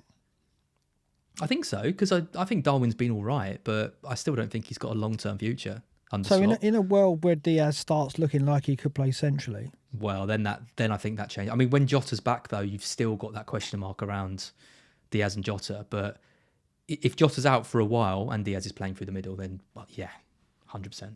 You said tonight you were in a sleeper call, and you said that Dan, FBL mate, offered us Foden for Diaz. Yeah. He obviously feels Diaz could end up being down the middle. That isn't quite what happened. I tried to pressure him into selling Foden for Diaz. What are you doing? Without my permission? We're assistant manager. We're co-managers. Yeah, well, I thought once we got the offer, then we could talk about it. It was, I had to give it the big talk at the time to try and get the offer on the table. You're just trying to get your own back for the fact that I turned down Jimenez for Nketiah. I kept Nketiah. Now he's injured, and I missed out on all. Did you turn it down? Yeah, I turned it down. Oh, I thought we missed it. I was saying today, I thought we missed it. Not only turned it down, I also threw an insult Salah's way and think, do you think we're stupid? You might be able to catch Az back from the pub. I was all. I didn't I look silly after that? Yeah. Anyway, that would have been a great move. Yeah, thanks. Eddie will come good. Don't worry, a couple of years, be fine. Palmer injury. Just a load of nonsense. Injury. if he doesn't play, I'll eat this hoodie. There you go. Yeah, I can't help but think that Maresca's gone. Okay, Arteta's playing nonsense with Saka and all this stuff about not pictured in the training pics, and obviously they play Arsenal next. And Palmer's a player that would, if Arsenal thought he wasn't playing, it could completely change their tactics. Yeah. So you've got to think that Maresca's like, well, yeah, there could be, he's not trained today and all this. I mean, he hasn't trained because he's not playing in Europe, and we know that. And he wasn't in any of the picks and all this stuff. And I don't know, maybe I'm wrong. For me, the Martinez challenge, the contact was minimal. It wasn't a regular challenge. I know Maresca said that, and you're right. But to me, it didn't look like there was enough contact to make Palmer injured out for the weekend. But we'll see, I guess. I actually think it was quite a nasty knock, and it is the kind of thing that I could see being a bit of an impact injury that keeps you out of training for a couple of days. But there's absolutely no way there's enough in that to keep you out of Chelsea versus Arsenal with the way Chelsea are playing, and at a time when Arsenal were beatable. At the moment, this isn't the Arsenal of like the end of last season when they're winning every game. Chelsea, you look at that game and think we can do them over it. There's there's just no way Palmer doesn't play that game. He 100. I'm like 99.9 reoccurring % sure he starts. He'll get patched up and play. I don't think Chelsea do it, but we'll see when we get to predictions what I think there. But I think that Palmer plays, for sure, absolutely. Yeah. It's not muscular; it's a knock. That's the key thing. Yeah. And he's with the England squad as well, and they would have pulled him out of that. I mean, Maresca could have used this as an opportunity to pull him out of the England squad and said, "Oh, he's got a bit of a knock." I reckon it's Palmer saying, "Don't pull me out of it because I've got to make a statement for Tuchel. I'm fine." Yeah. No, actually, I'll buy that. Son will be a target if Palmer is out. I mean, the natural thing would be for those without Spurs players going into the Ipswich game. If Palmer is known as out, obviously you move Salah if you can, if you haven't got him. But I would have thought Son would be the natural step down if before the break, and then obviously you have to go back to Palmer after that. If you add Palmer and he is ruled out, would you hold him through the break for 12, given that obviously that's when we need him for that fixture run, or would you move him out and spend 2 transfers? What would you do? Yeah, and the other question, because I did the Q&A with Sam for Scout earlier, and she's on a wild card. So at the moment, she's got Palmer and no Son. And I kind of said to her, why don't you, and she agreed, like, wouldn't you go for like Son, and then move to Palmer afterwards? Because she hasn't got value tied up in him either. She's buying Palmer for the first time on the wild card. Obviously, you're booking in a transfer and everything like that, and I can see why you might not do it. But yeah, I mean, if you're going to take a 1 week punt on a player, Son surely is the one that you take the punt on. Got some minutes in Europe tonight, home game against Ipswich. He's arguably the best captain this week, isn't he? If you were free hitting, you'd be very tempted to give him the captaincy. Yeah, I mean, because he's got the pens, right? So that's the edge he's got over Solanke and Kulusevski and Brennan, and that is the pens. Right, no. Brennan Johnson. I could call him Jono if you like. Jono. It's even worse. But I think that's the step down that people will do. It is a step down in price, and then you have to obviously get Palmer back once he is fit. I don't think it's going to be in it. I think it's a non-issue. No question though. I think you're right on the wild card. If you're wild carding this week like Sam is, you go all in on Spurs, don't you? And then exit out game week 12. Surely you go Porro, Solanke and Son, don't you? if you're wildcard. I think so, unless you're taking Palmer out and losing, like Triggers put in the chat. If you're losing like 0.3, Yeah, 0.2 or 0.3, then that's the I thing. don't think you do. But if you haven't owned Palmer, like some idiots like you and I up until now, I think you definitely go for Son, go for Palmer. Fair enough. Let's take on forwards then. Not too much to talk about that. I want to talk about João Pedro though. He's not high on his table because he hasn't been about. He's 23rd, 0.35 XG on penalty per 90. Coming back though with those good fixtures, and he then enters the conversation that has been dominated by the likes of Jimenez, Wood, Kuna recently. I would say Calvert-Lewin, but I don't want to keep mentioning him. Where do you stand on João Pedro? I know the algorithms absolutely love him and they're throwing him at me, going, "Oh, he's on penalties. He's going to," they love him. The models love João Pedro, so he's going to find his way back into teams, isn't he?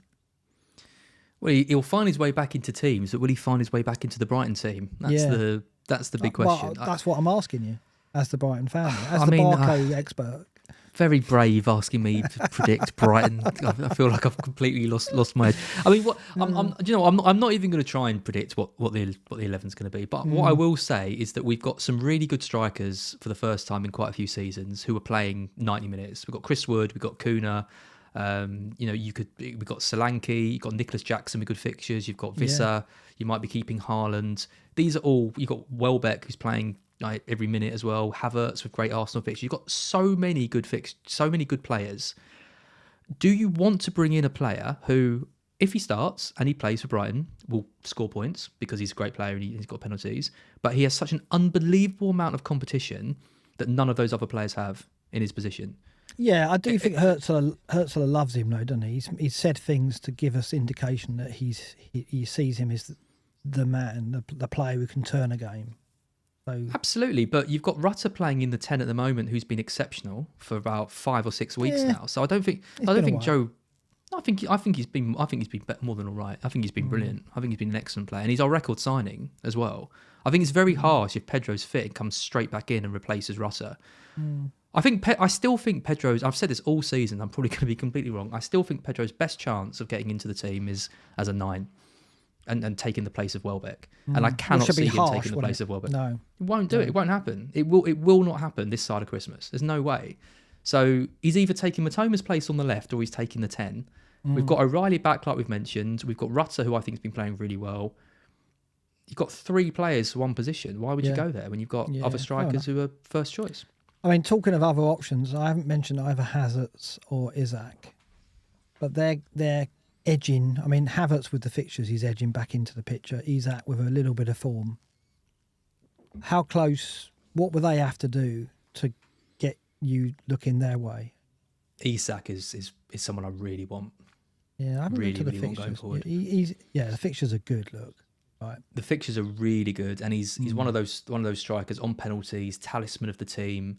And I just think Newcastle are just starting to turn a little bit of a corner with the way they're playing football. Now they've got kind of a system that's working for them. They all just look a bit more on it. Great win against Arsenal to give them a bit of confidence as well. And yeah, I mean, that West Ham game in 12. I know. I mean, that's the thing, isn't it? Because 12 is the pivot. That's where we all probably have 2 or 3 transfers and we go Haaland out, Palmer in. And then it's like, who comes in for Haaland? And obviously there's Jackson in the equation. There's Kuna, maybe Wood, but the fixtures are turning. Isak's got. I mean, Havertz will be in that picture because, all right, Forest isn't easy, but after that, it's West Ham, United, Fulham, Everton, Palace, Ipswich, good run. But Isak's going to be in that. In a week's time or after the international break, when we're sitting here doing this show, then we're going to be talking about where we go, and Isak and Havertz are going to be on the menu, aren't they? Well, yeah. Look at the start of the season. We thought Isak was going to be in our teams all year. There wasn't any. There was obviously a couple, but to use the colloquial expression, there was very few managers who went without Isak game week 1. And okay, it was a great fixture against Southampton at home, but the general consensus was he's going to kick on this year and do really well. And it's been a combination of Newcastle not playing well, the injury he's had. But I mean, yeah, I love that kind of talisman forward for a side. And he plays West Ham, Leicester and Ipswich in 6 games. as well, with Brentford thrown in and Palace, who he should get chances against too. I really like it. If you're selling Haaland in 12 or 13, I think Isak is one of the best picks. It's just a differential that it'll be, and I can say West Ham are probably the worst Premier League side I've seen at the City Ground in my time since we've been up. I thought they were so bad. I mean, I know they were down to 10 men, but it wasn't a lack of. They've got good players, don't get me wrong, but just in terms of the way they were looking around the pitch, completely lost, no direction, no identity. It was so archetype a team that didn't believe in what they were being told to do or anything they were doing.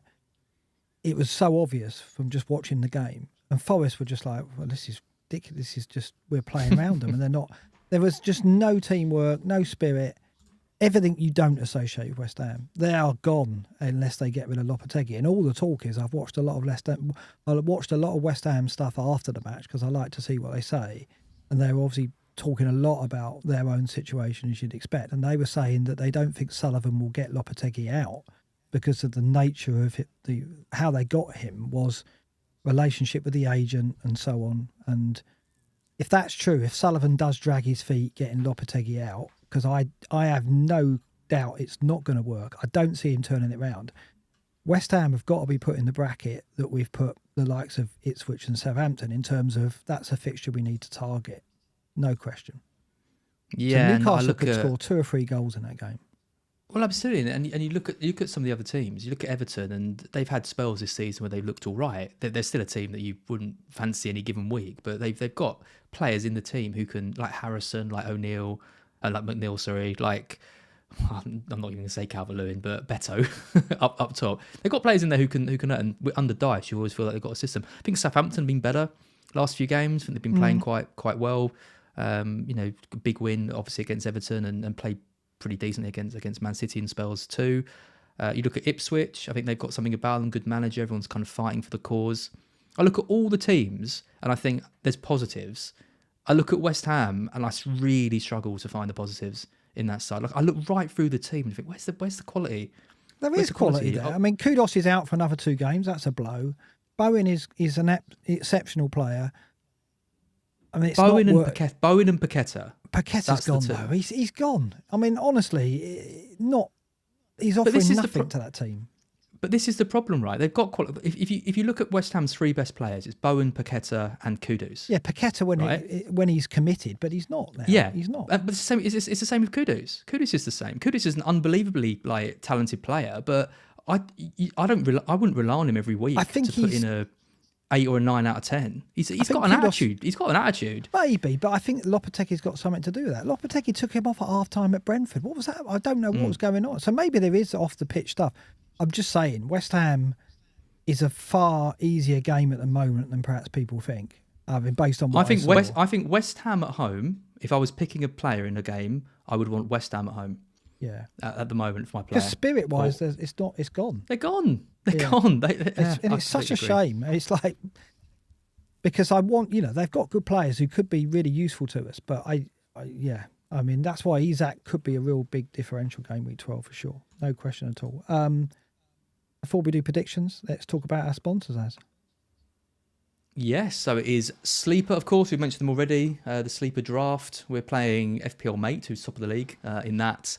In our next game. Obviously, if you're watching or listening to this, you can't get involved in that. But what you can get involved in is the Blackbox Pick'em game, which you've probably heard us talk about already. Essentially, if you zap the QR code that's on your screen, if you watch this on desktop, or there's a link in the description, it will take you to the Sleeper app, download it completely free, enter into the Blackbox Pick'em League, and all you've got to do is pick the outcomes of all the games in the Premier League, and the person at the end of the month who has predicted the most correct outcomes wins a prize up to the value of £500. So we've given away an Apple Watch, a PS5, and a Google Pixel, I believe, phone. Yeah, not yet.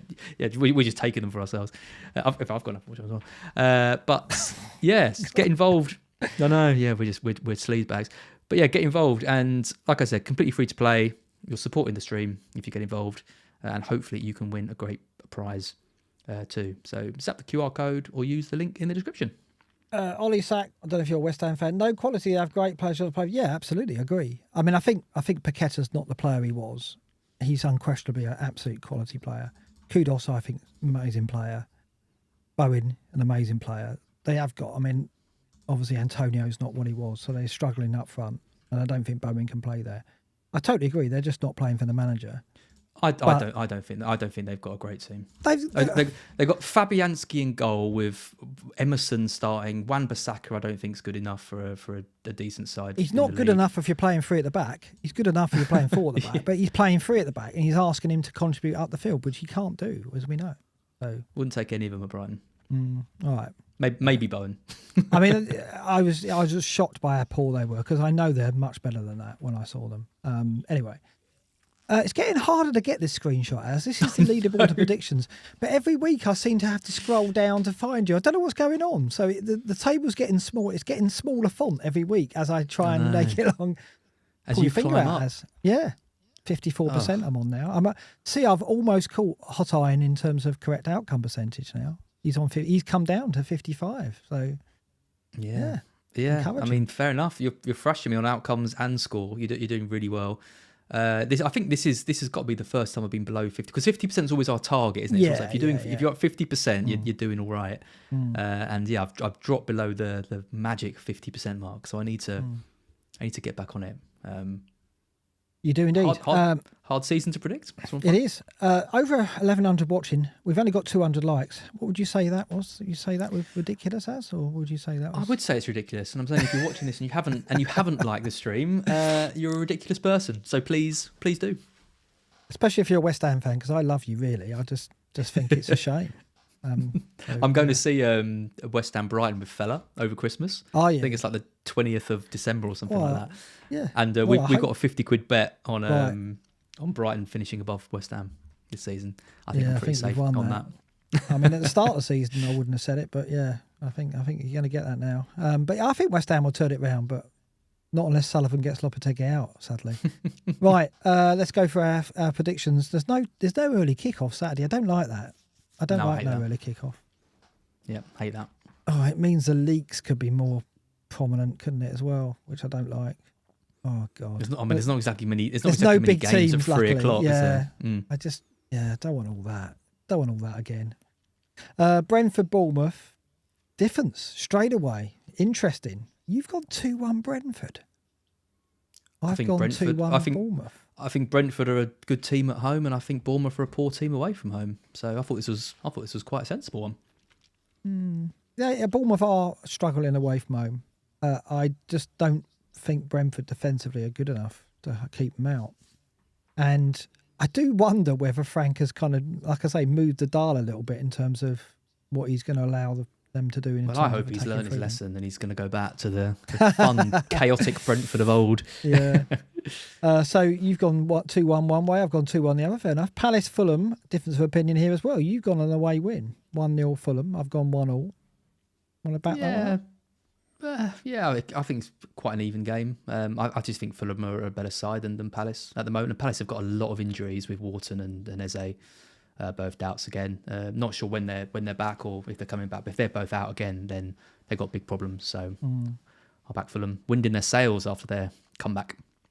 And look at this difference again. You've backed West Ham. Yeah. You're going 2-1 West Ham over Everton. I've gone 2-1 Everton. I just couldn't back Everton. I don't know. I think at home, I think this was just done by the home fixture. I think if Everton had been at home, I'd have gone for an Everton win. I don't think there's much in it between them, but West Ham maybe just to nick it and buy him a bit of time before the inevitable sacking in a month. No question, West Ham are a better side, and they have more quality on the pitch. But I don't know. I just think the fight's not there. And I think if Everton get one up, they'll go 2 up. I think West Ham might pull one back. So that's the narrative I'm going with. Set pieces, I think, as well. Everton will cause some problems because we certainly did. They didn't look that secure on set pieces, defending them. So, yeah, I think Everton will win it. Probably with a couple of corners. Michael Keane and Tarkovsky probably or something like that. Wolves Southampton, we both agree on the outcome. You've gone 2-1, I've gone 3-1. Kuna returns here? Yeah, we haven't talked about Kuna. I just did an article about him on a sportscasting where, yeah, I mean, his stats are crazy. I didn't realise. Well, I didn't realise how many attacking returns he got last season. He got 17, which is incredibly impressive. He was averaging 4.7 points, which is the same as Bruno Fernandes was last year. I know we kind of slag off Bruno a bit, but still that's an elite player playing for a top-ish side compared to one playing for a struggling Wolves side. The chances created, most chances created of all forwards. I think it's like the third most shots of all forwards as well, or something ridiculous like that. He's just doing everything you want your forward to be doing. He's involved with. I think he's going to get something out of this game. Yeah, I mean, we talked about him, didn't we, last week, in terms of his relationship with the bonus is good because of the chances created, and plus Wolves don't keep a clean sheet, so score a goal or get any kind of return, and he's straight in the bonus. Plus he's on penalties. So, he's going to be in that discussion when we do the next episode, when we're looking at forwards to replace Haaland, which I'm sure we will be. Fixtures are still good, so yeah. But this is the fixture to own him for, isn't it? I mean, I think that he comes out of this with potentially a double-figure return. And maybe 8-0 he gets that clean sheet, but we'll see. Brighton, Man City, you've gone 3-1 Man City. I've given you a point. You just don't fancy it. What does Chris say? What does your dad reckon? Do you know what? I don't even think I will stick with this because obviously we've still got time to kind of edit these. I think it's 3-1 either way. Do you? How's that for sitting on the fence? I worry a little bit that we go for blood against them and we just get like annihilated. Yeah, and caught, and Foden turns up, and Haaland. I mean, they score. I'm sure, like they score, no doubt about that. Yeah. It's it's going to be a really good game, and it's talk about a garden centre game. This is not the game you want to miss. This weekend. But then part of me thinks that if we do go out and go for them, and we could actually play them off the park, and if we score a goal early and we get in their heads, maybe we do go on and win it fairly comfortably. I don't know, tricky one. I'm going to back the pessimism. It's probably the easiest one to do, isn't it, when it's your own team? So I'll back City, but yeah, I wouldn't be surprised if Brighton won this. We've got consensus on the 8 o'clock kickoff Saturday. It's Liverpool Villa. We've both gone 2-0. Routine, I think. That looks it, doesn't it? For me, Villa are just something wrong. Yeah, obviously the travelling is going to... I mean, this is their third away game in a row, having gone to Spurs, Bruges and now Anfield. That does take it out of you. And they just seem flat, don't they? And I think, obviously, Liverpool have had the European game as well, but I just don't see them slipping up. They're not slipping up, are they, Liverpool? No, I can't really see anything other than a routine. I mean, I think Villa will...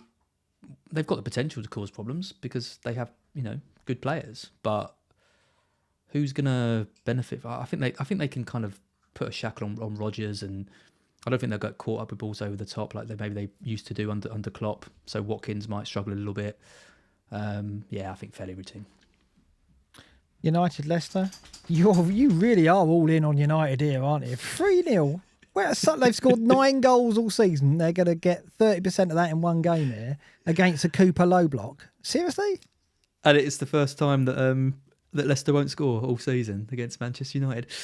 I'm bought into the Amorim hype. You really are. I think the players... do you know what? There was a lot of criticism about Manchester United against Chelsea. I thought they were all right. I thought they did all right. I think they did enough to win that game. With some of the chances they created. I think Chelsea were the better side overall, but I think United created more opportunities in that match. They've won again tonight. They should be beating Leicester comfortably with the players they've got. So I'm going to back them to do it.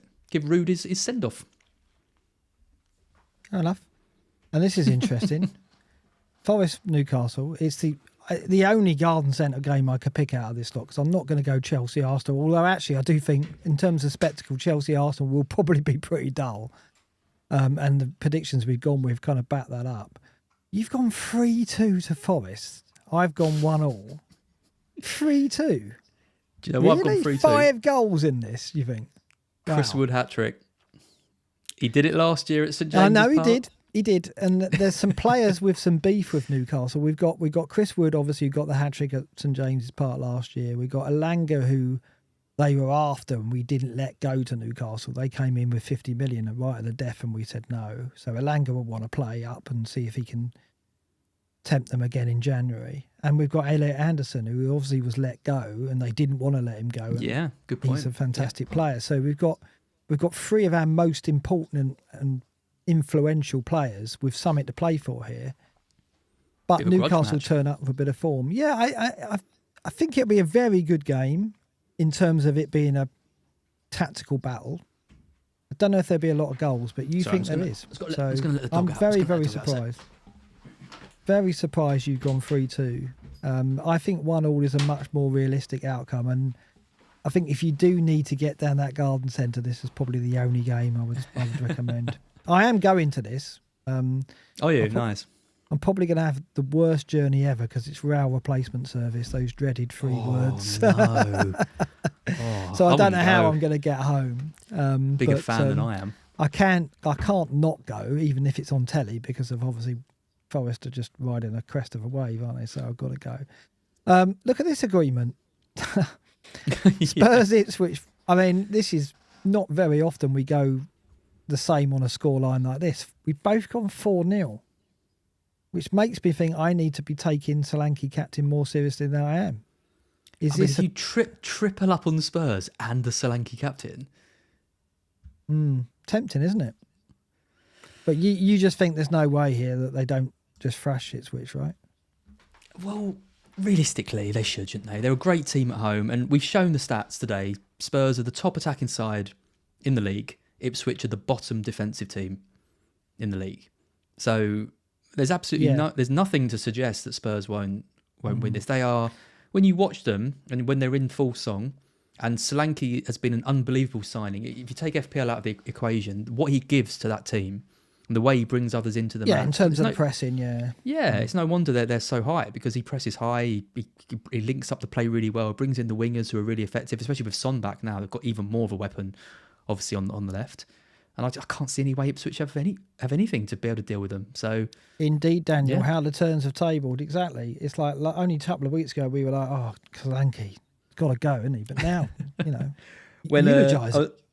I was saying this to Sam earlier. When Johnson scored, I sent a really pissy message to Yellen and was like, I'm so stupid. I should have gone for Johnson over Solanke. I'm so annoyed with myself and all this. And then how quickly things turn around, and now we're predicting 4-0 and I'm going to captain him. So FPL is a funny game. Chelsea, Arsenal, you've gone 0-0, I've gone 1-0. I think Arsenal will just grind this out. I think this will be a set-piece goal, and then they just frustrate Chelsea. I do think clean sheets are coming back into the Arsenal armoury again, and I think this will be the first one. Obviously, as a non-Parma owner, we're probably both biased, and this could be a 3-3 draw with Parma all in. But I just don't see it being that kind of match. Nor do you, by the look of it. No, I think Arsenal can contain Parma when he starts, and I'm sure he will. It's the kind of game, isn't it, where it's the kind of game which Chelsea, Arsenal, and I think it said Manchester United, Chelsea was like the most 0-0s in Premier League history or something like that. These kind of bigger games, I always go into it with a bit of an expectation that it's going to be a bit of a bore fest. And Arsenal-Liverpool was the exception, because that was 2-2 and there was lots of goals in that. But I think this is going to be a 0-0 or a 1-0 either way, like you say. So, yeah. Matt and Fimi Joyd are both doubting the Spurs clean sheet, but I refer the honourable gentleman to the attacking data, in which, Ipswich are 0.86 XG non-penalty per 90. That is incredibly poor. So, yes, they've got Delap, but I think what's Delap in terms of goal involvement? Have we got that on here? We haven't, but I think his goal involvement is something like 70%. So you stop Delap, Ipswich don't score, and obviously Delap could score for them, and that could be a factor. But I think the logic behind the Spurs clean sheet isn't the robustness of the Spurs defence, it's the powder puffness of the Ipswich attack, right? Well, the one weapon Ipswich do have is Leif Davis from corner. And you're benching, right? I'm benching him, but if they're going to score, if Ipswich score, I bet it's from a corner, from a Leif Davis corner. Well, yeah, I mean, Vicario and the Spurs defence are all over the shop, aren't they, for those? God, they're so bad at set pieces. They are so... Saw it from against Villa. Vicario just doesn't know how to claim him. He's a great keeper otherwise, but he really struggles in that area. Okay, that's our predictions. Let's have a look briefly at the captaincy. It's a tough one, isn't it, really? because there's a real spread, because we're going to have the Haaland owners, we're going to have the Salah owners, and then we're going to have those who are going to go off the wall and go maybe a Solanke or even an Mbeumo maybe. And it's lovely to see. I sit here now and think, yeah, there's going to be a real, when I check people's teams like I do at 11 o'clock or whenever on Saturday, I will see a spread of captains across all those managers that I look at. I think this is exactly what we wanted, what we're going to have this week and perhaps further on. I think so. I think we'll see Haaland's. I think we'll see Salah. Do you think it'll be majority Salah, do you? I think you'll see all Salahs. I think it's going to be Salah. Yeah. It does make me wonder. I mean, Bruno, yeah, of course, mentioned in chat there on Matt. Does make me wonder whether I should go against that and go Haaland or even Solanke, because there's no question that those three players could return. Let's have a look at Rob's graphic, because I think that could tell us a bit more. Rob T at Rob T FBL, do follow because he does some excellent stuff, and this is just a sample. This is basically showing the spread betting expected goals and expected clean sheets odds. Expected goals, top of this is Spurs 2.90. Then it's United 2.55, Liverpool 2.35, City are out at 2.05, so not in the top three in terms of. I'm surprised that it's that way round for Liverpool City. I thought, given it's Villa and they're a top six-ish side, and the fact that we are going to concede a hell of a lot of chances more than likely, I thought that would be the other way around, but. Interesting. Does that make you think that? I mean, that cements Salah, but it also says Solanke's the tilt, right? I sometimes I just feel that we do these podcasts, we look at all this data, we look at all these stats, we spend however many hours a week looking at stats and drilling down, and we have evidence to say that we've got the best attacking team in the league versus the worst defensive team in the league, with a player who's just scored 16 points, scored again in the Europa League tonight. Did he? Oh, okay, I don't know. Clearly now got something about him, wind in his sails. We've got Salah with a fairly tricky, which could be a fairly tricky, I think he still returns, but it could be a fairly tricky game for him. We've got Haaland bang off form. I'm going for Solanke. I am very, very tempted, because I think you're right. It's like, how often do we have the worst attack against the worst defence with the confidence that way? The only thing that makes me concerned is you look at the Spurs attack and it could come from anywhere. It could come from Brennan, it could come from Son, it could be Kulusevski. It could be Maddison. I mean, Maddison will surely play this game. So what I do know is that Spurs won't let up. You look at City and Liverpool, if they go 2-0 up, you wouldn't say they're going to run up 4-5-0. If Spurs go 2-0 up, it could easily be 4-5-0 because Ange won't stop. He'll keep coming. Yeah. Richarlison's injured. Yep. So did Solanke start tonight? I was very... No. No, he came off. So Richarlison... Lancashire started and got sent off. Oh, okay. So Richarlison's injury for me, that made me more interested in Solanke, because I don't see Solanke getting subbed, because who comes on and plays that central role? And if anything, Son's going to get subbed because he's back from injury.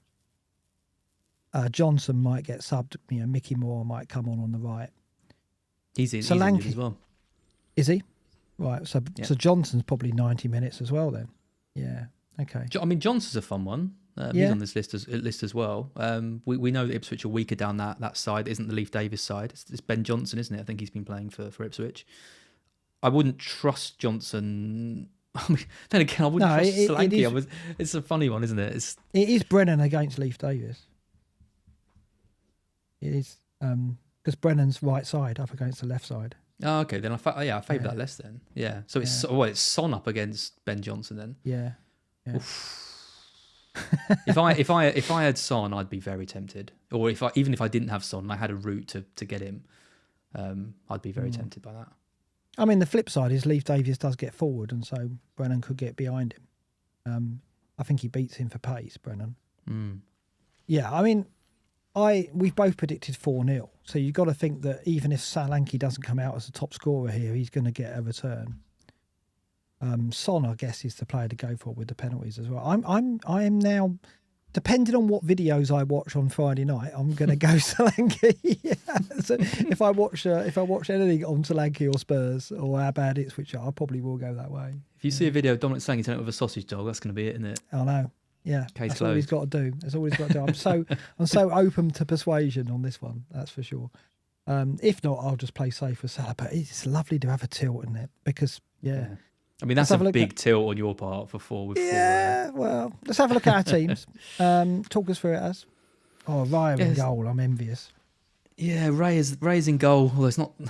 I hope that 0-0 comes through, your 1-0 prediction, but yeah, a little bit uneasy. It's Raya, Trent, Gabriel, and Moreno as the defensive 4. It's Foden for 1 more week before I move over to Palmer because I've got the money, which I'll talk about in a sec. It's Mbumo, it's Garnacho. A little bit worried now, seeing as Ahmad has come on and scored 2 goals in the Europa League. Rodgers, he's got the yellow flag, but he played in the Champions League, so he's going to be fine. Then it's Haaland, Solanke captain, and I did Watkins out for Kuna. You've got Kuna, that's nice. That's nice. I do like that team. Yeah. Yeah, I like it. I guess Rodgers, Garnacho, Foden, they're... It's a team which has potential to do really shit. Because if Solanke blanks and Salah goes off, and obviously Foden's a bit of a gamble, I'm playing Rodgers against Trent. I've got double Arsenal defence. If Chelsea score, yeah, I don't know. It's a team which it's not ideal. Like I'm seeing Sam's wildcard team, for example. I'm thinking, God, it looks strong with Salah, Saka, and Palmer all in there. But then Palmer and Saka are playing each other. Yeah, I don't know. I'm happy to own Kuna though. The plan was always to get Kuna. I was going to do Haaland and Dibbling out for Salah and Kuna, but then I wouldn't have had the money to get Palmer. Right. So you can go Palmer in what? Can you go Palmer in one move next week? Yeah. So I can do Foden to Palmer next week. So you're not going to go Salah at all? No. You're going to hold Haaland and not go Salah? Well, right. Haaland might be coming in for... I might be doing Haaland to Salah in 13 right. When they play each other. But it'll be Haaland over Salah for the next 2. Salah's got Southampton game week 12. Yeah, but Haaland's got Spurs at home. I'd expect him to do something in that. And I'm captaining Palmer anyway against Leicester, so... Salah though, Liverpool high press against Southampton. Oh, I know. But then if I go for Salah, then I'm not going to have Palmer. So there's always going to be someone that I'm going to be. I'd rather have Salah at Southampton than Palmer at Leicester. Well, I can't afford Salah in one move, right. So it's going to have to be Palmer. I do have another free transfer though to use. I don't really want to play Rodgers away. No, I am. Yeah. But what are you thinking? Well, I was thinking of maybe moving for a United defender and bringing in Mazraoui or Dalot. Maybe even for Lewis, because if I'm not playing Lewis this game, I'm not playing him against Spurs, and then I'm not playing him against Liverpool. When am I going to play him? What about Aït-Nouri? Says FPL Forest. Yeah, I mean Aït-Nouri's fine, but they're not keeping clean sheets, and I don't think he's going to go. I know, but I don't think he's going to go on and get 20 attacking returns. I mean, I could do Lewis to Aït-Nouri. I could do Lewis to someone. I don't know, but I quite like the idea of just saving the transfer because there's not many clean sheets around anyway. Rodgers could get something against Liverpool. At least I've got some stake in the game if Trent loses clean sheet. So I'm a little bit tempted by Lewis to Mazraoui or Dalot. A little bit. Yeah, a little bit tempted. Matt agrees. Yeah. I like that one. Leicester to score at Old Trafford seems remote to me. I just think Cooper's going to low block. There won't be much ambition. Yeah. I think Dalot could go on as well. And if Amorim does come in and change the system, and Dallow's then playing wing back, I think he could be a really, really strong option. So there's a part of me that wants to do it. I'm not. I don't know. I'm 50-50. See how I feel. Comment of the night. Noski, as your team is not good, I see 40 points. Yeah, perfect. Cheers, Noski. Is there a prize for comment of the night? We should have that, really. If Solanke gets a couple of goals and Foden turns up, it's not going to be a middling result. This is going to be either absolutely disastrous because I can see Chelsea scoring, I can see Newcastle scoring, I can see Villa scoring. I think strangely, I think Trent's your best bet for a clean sheet. Yeah. I can see Foden getting an hour and De Bruyne getting half an hour and Foden coming off. Solanke should be all right. I can see Garnacho and Rodgers blanking. Kuna should be all right. Maybe it is a middling team. Maybe it's not. Foden, Haaland, Solanke, Kuna. There's those four. They're going to carry this team this week. I tell you what, though, I think I can catch you this week, but it isn't going to be down to Flecken. Flecken in goal. Well, that's your old team, so that's a good start. That's my. Is it? That's your old team. Yeah. Salah against Brighton, Solanke against Villa. Oh God, it is. What's going on here? Let me. I don't. In that case, then I don't think I've got my team. Let me try. No, I haven't. Shame. What am I going to do now then? Let me see if I can grab my team. You'll have to keep talking while I try and do this. All I don't know what's happened there. Can't even show the right team. I thought I grabbed my team. That's really odd. I don't know how I can do this now. Can you go back to my team? Then I can just talk through that a bit more. Yeah. And then... sorry about that. I thought I'd got that right, but clearly not. Do you know what? I knew that this team was going to get slated by people this week because it's got players in it that not a lot of people have got. But I've seen enough from Haaland and Foden to think they're both still good options. And like I said, I think we're gonna concede chances to them. If Garnacho plays, he's playing Leicester. I still think he's a good pick. Should have got more in that game. Solanke captain's fun. Kuna's a good option. Rodgers really is the weakest link in this side this week, which is why it is tempting to move to a Dalot or a Mazraoui. The reason why I keep mentioning Mazraoui, by the way, is not because I think he's a better option than Dalot. It's just the money. Mazraoui's 4.5, I think. Dalot's 5.1. There's a 0.6 difference between them. And if I am going to be looking to get, Saka in the future or something like that, I'm probably going to need the money. The one thing is, when it comes to game week 13 and I move Haaland out, I might also be tempted to move Trent out as well. And that's going to free up a lot of money. So that tempts me into just going for Dalot because I think in a few weeks I might have some more money in the bank. Anyway. I can't grab my team because I've forgotten what the screenshot. I'm on a Mac and I don't know what the screenshot button is, and it's too complex to do. So we're just gonna have to talk through my team, I'm afraid. So sorry about this. Great if you're on the podcast, not great if you're on the stream. Unless anyone knows what the screenshot button is on the Mac, but I don't use the Mac often enough to know. I'm sure there'll be someone that. No. This is why I hate Macs. It's always something ridiculous, isn't it? Then I can't get the bloody bench in either because it's the wrong format. I'm trying. Just bear with me, and I do this. Hold on. Click the button 3 times and do a forward roll, and that'll get you a screenshot or something weird. Apple up 3. I mean, everyone's saying different things. Yeah, I know. I've got it. Command Shift 3. Now I don't know how to get it into the stream. Let me just see if this works. Let me just go on. I don't know how this happened. I love that everyone's posting different commands for a screenshot. No one's put the same one twice. No, I can't do it. It's no good. Can't do it. Right, so my team is, I just have to talk through it. Sorry for people on the stream.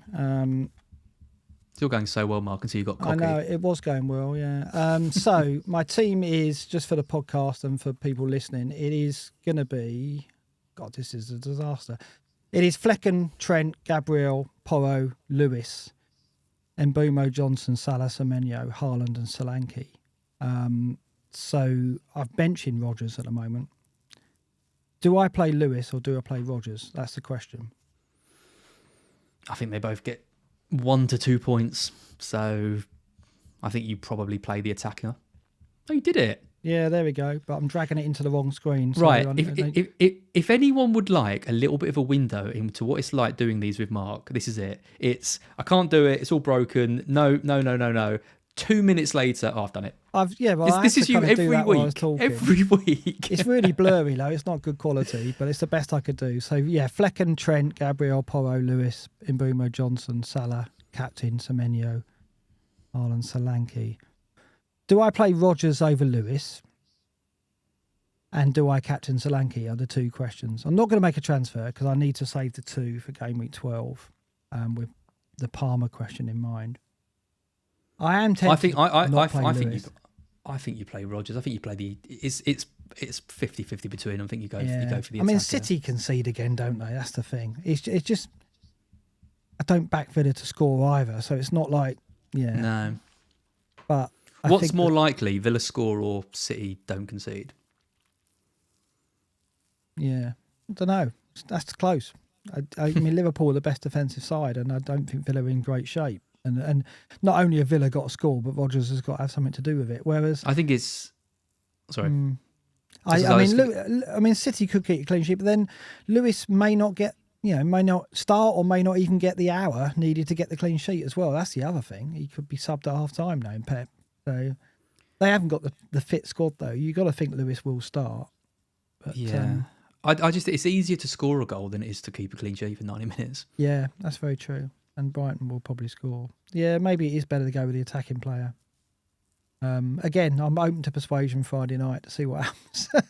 But yeah, I think you're right. I probably will go on the attack. I do like the Solanke captain because I've got Haaland and Salah covered. So therefore, the damage that they can do in terms of if they haul is minimised by the fact that I own them both. Whereas going Solanke is a big differential, and if he did come in with another double figure, that would be a big swing in my favour. Yeah, I think you could overtake me this week because there's not a lot wrong here, is there? The triple Spurs. I think Porro could easily get a double figure if he gets Spurs, a clean if sheet. Spurs win that 4-0 and Porro and Johnson both get returns. Yeah. I've got you. You're in my sights. We'll see. Yeah. The rivalry is renewed. This is the deciding season as well, isn't it? Well, not that it's going to be our last one, but it's 2-2. So this is this is it. No, if whoever wins this, BlackBox finishes at the end of this season. So you've had enough. You've had enough of the tantrums and the technical problems. Basically. Enough of the tantrums. Enough of bloody people in the chat having a go at me about Barco. It's over. I saw that. Was there some serious Barco backlash? Oh no, just people being a bit of dick in the chat tonight. So I've given a few people a timeout so they can think about what they've done. Okay, all right. I don't know why people have to bring Barco up. When was that mentioned? It wasn't about Barco. Yeah, I'll put you on a timeout next time you mention exactly. So yeah, it's all to play for, isn't it? I do think this is what I said a few weeks back. It's much more enjoyable season. We're not doing brilliantly, and not many content creators are. It's a rarity that you see a content creator flying this season. But I don't think many content creators will say that it's not a better season as in terms of what's on offer from the game, right? I love it. I think it's great. And, I like the fact people look at my team and think it's crap because I look at it and think there's potential there with Foden and Kuna and Solanke captain. And, everyone's team is going to be different and everyone is going to be biased to think that players they haven't got in their team aren't as good because that's why we've picked the players that we've got and not gone for the other ones. So yeah, it's fascinating. There's going to be people, and in a few weeks there's going to be people with teams without Saka, and then people are going to say, "Why hasn't your team got Saka?" And it's like because I've got Palmer and Salah and Haaland, and it's really interesting. At the moment, we're seeing like certain premium players dropping in form and things. It's going to be when we've got if we get to a point where we've got Son, Saka, Palmer, Haaland, and Salah all delivering points. Yeah, and then you got Havertz and Isak as well, and Watkins maybe. Yeah, it's amazing. It'll be a great state of affairs. I think the defenders not keeping clean sheets has changed things as well because we're flushing money out, and the 4-5 ain't Nori suddenly a hot property, which I love it. I love that as well. It's great. Yeah. It's great. We've got one super chat from Attaboy to address before we go. Thank you very much for the €6, Attaboy, and for you're always there in chat. Thank you for all your support. You're always a support of the show. Great show, Les. Do you avoid starting a defender that plays one of your attackers? I own Vardy and have to start Aina or Mazrui. So Vardy is at United. Does he start Mazrui? I think you have to, don't you? I mean, I know what he's saying there, don't you? Yeah. I mean, Aina I love, obviously. I do think we could concede. There's a world in which we win 1-0, for sure, because Newcastle aren't scoring a lot of goals and we are very strong defensively, and it could be one of those games where one goal decides it. So Aina might not be a bad bet at all. It's not a bad choice to go Aina, but I do think United clean sheet against Leicester is probably the most likely outcome, don't you, Az? I love that question because that's exactly what I asked you earlier, is how much does that kind of impact on it? And ideally, you'd play Mazraoui and not think twice about it because it's a home game if you didn't have Vardy, Yeah, but then you've got Vardy and then you're thinking, well, I want Vardy to score. And then if he does score, I don't want to be annoyed when Mazraoui loses his clean sheet. I think it would... It depends on my belly for a risk, wouldn't it? Where I am now, I probably would go Vardy and Aina and go, because... Or you bench Vardy and play Mazraoui and Aina. Yeah, I'd maybe think about that. Yeah, I don't think But then Vardy's got penalties, isn't he? That's the thing. Yeah, I just don't know. I mean, like they will low block and they will counter, and Vardy has got that turn of pace. And maybe United go high line, and Vardy gets I think I'd play Vardy and Mazraoui, because I think either way you're going to either get points from Vardy or Mazraoui. Because if Leicester score, it'll be through Vardy, and if they don't, then Mazraoui will score. So I think I'd lean towards that, but it's close. Yeah, good one, Attaboy. Very good question, which kind of chimed with what we talked about tonight. Good show, Az. Thank you for that. Thank you for the 1,200 still watching and all the support tonight. Wow, amazing. And I think this is my favourite season for 3 or 4 years. I think possibly right up there with one of my favourites so far. I really hope it stays on this vein, and I really hope our teams remain apart. Not just our teams, but everyone out there as well. It's just a much more enjoyable season for it. So looking forward to what this week brings. I go into every game week thinking this could be one extreme or the other, whereas last season it was like, it'll be another small red or small green. Whereas now it could be a big red or a big green, or something extreme like that. And me and you are really tussling for the ranks now. So it's I know. I'm glad you've closed the gap. It makes it more interesting. I mean, that's the thing. I spent so long last season, like even at like 3 million in the first 10 weeks, I was like 3.2 million, 2.9 million, 3.4 million, and like that. Like it's I'm exactly the same rank as what I was like 4 weeks ago, but it's been like 800k, 1.4 million, 500k. Yeah, same here. It's been a lot more interesting. And I think when you see a player like Solanke get 16 points and you look at your rank and you see the impact it's had, and it's like, wow, he's not actually that highly owned because people have put so much money into Salah and Haaland, they can't afford Solanke. You've got good managers without players like Solanke because they've gone a different route, which is also completely viable and will pay off in different weeks.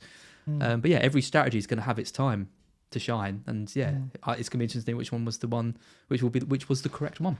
Yeah, bring it on. Bring on another game week. Maybe red, it may be green, but we'll enjoy it anyway. Hopefully we keep saying that throughout the season. Thank you again for everyone who joined in tonight. We'll see you soon. Hit the like if you enjoyed it. Hit the subscribe if you're new around here.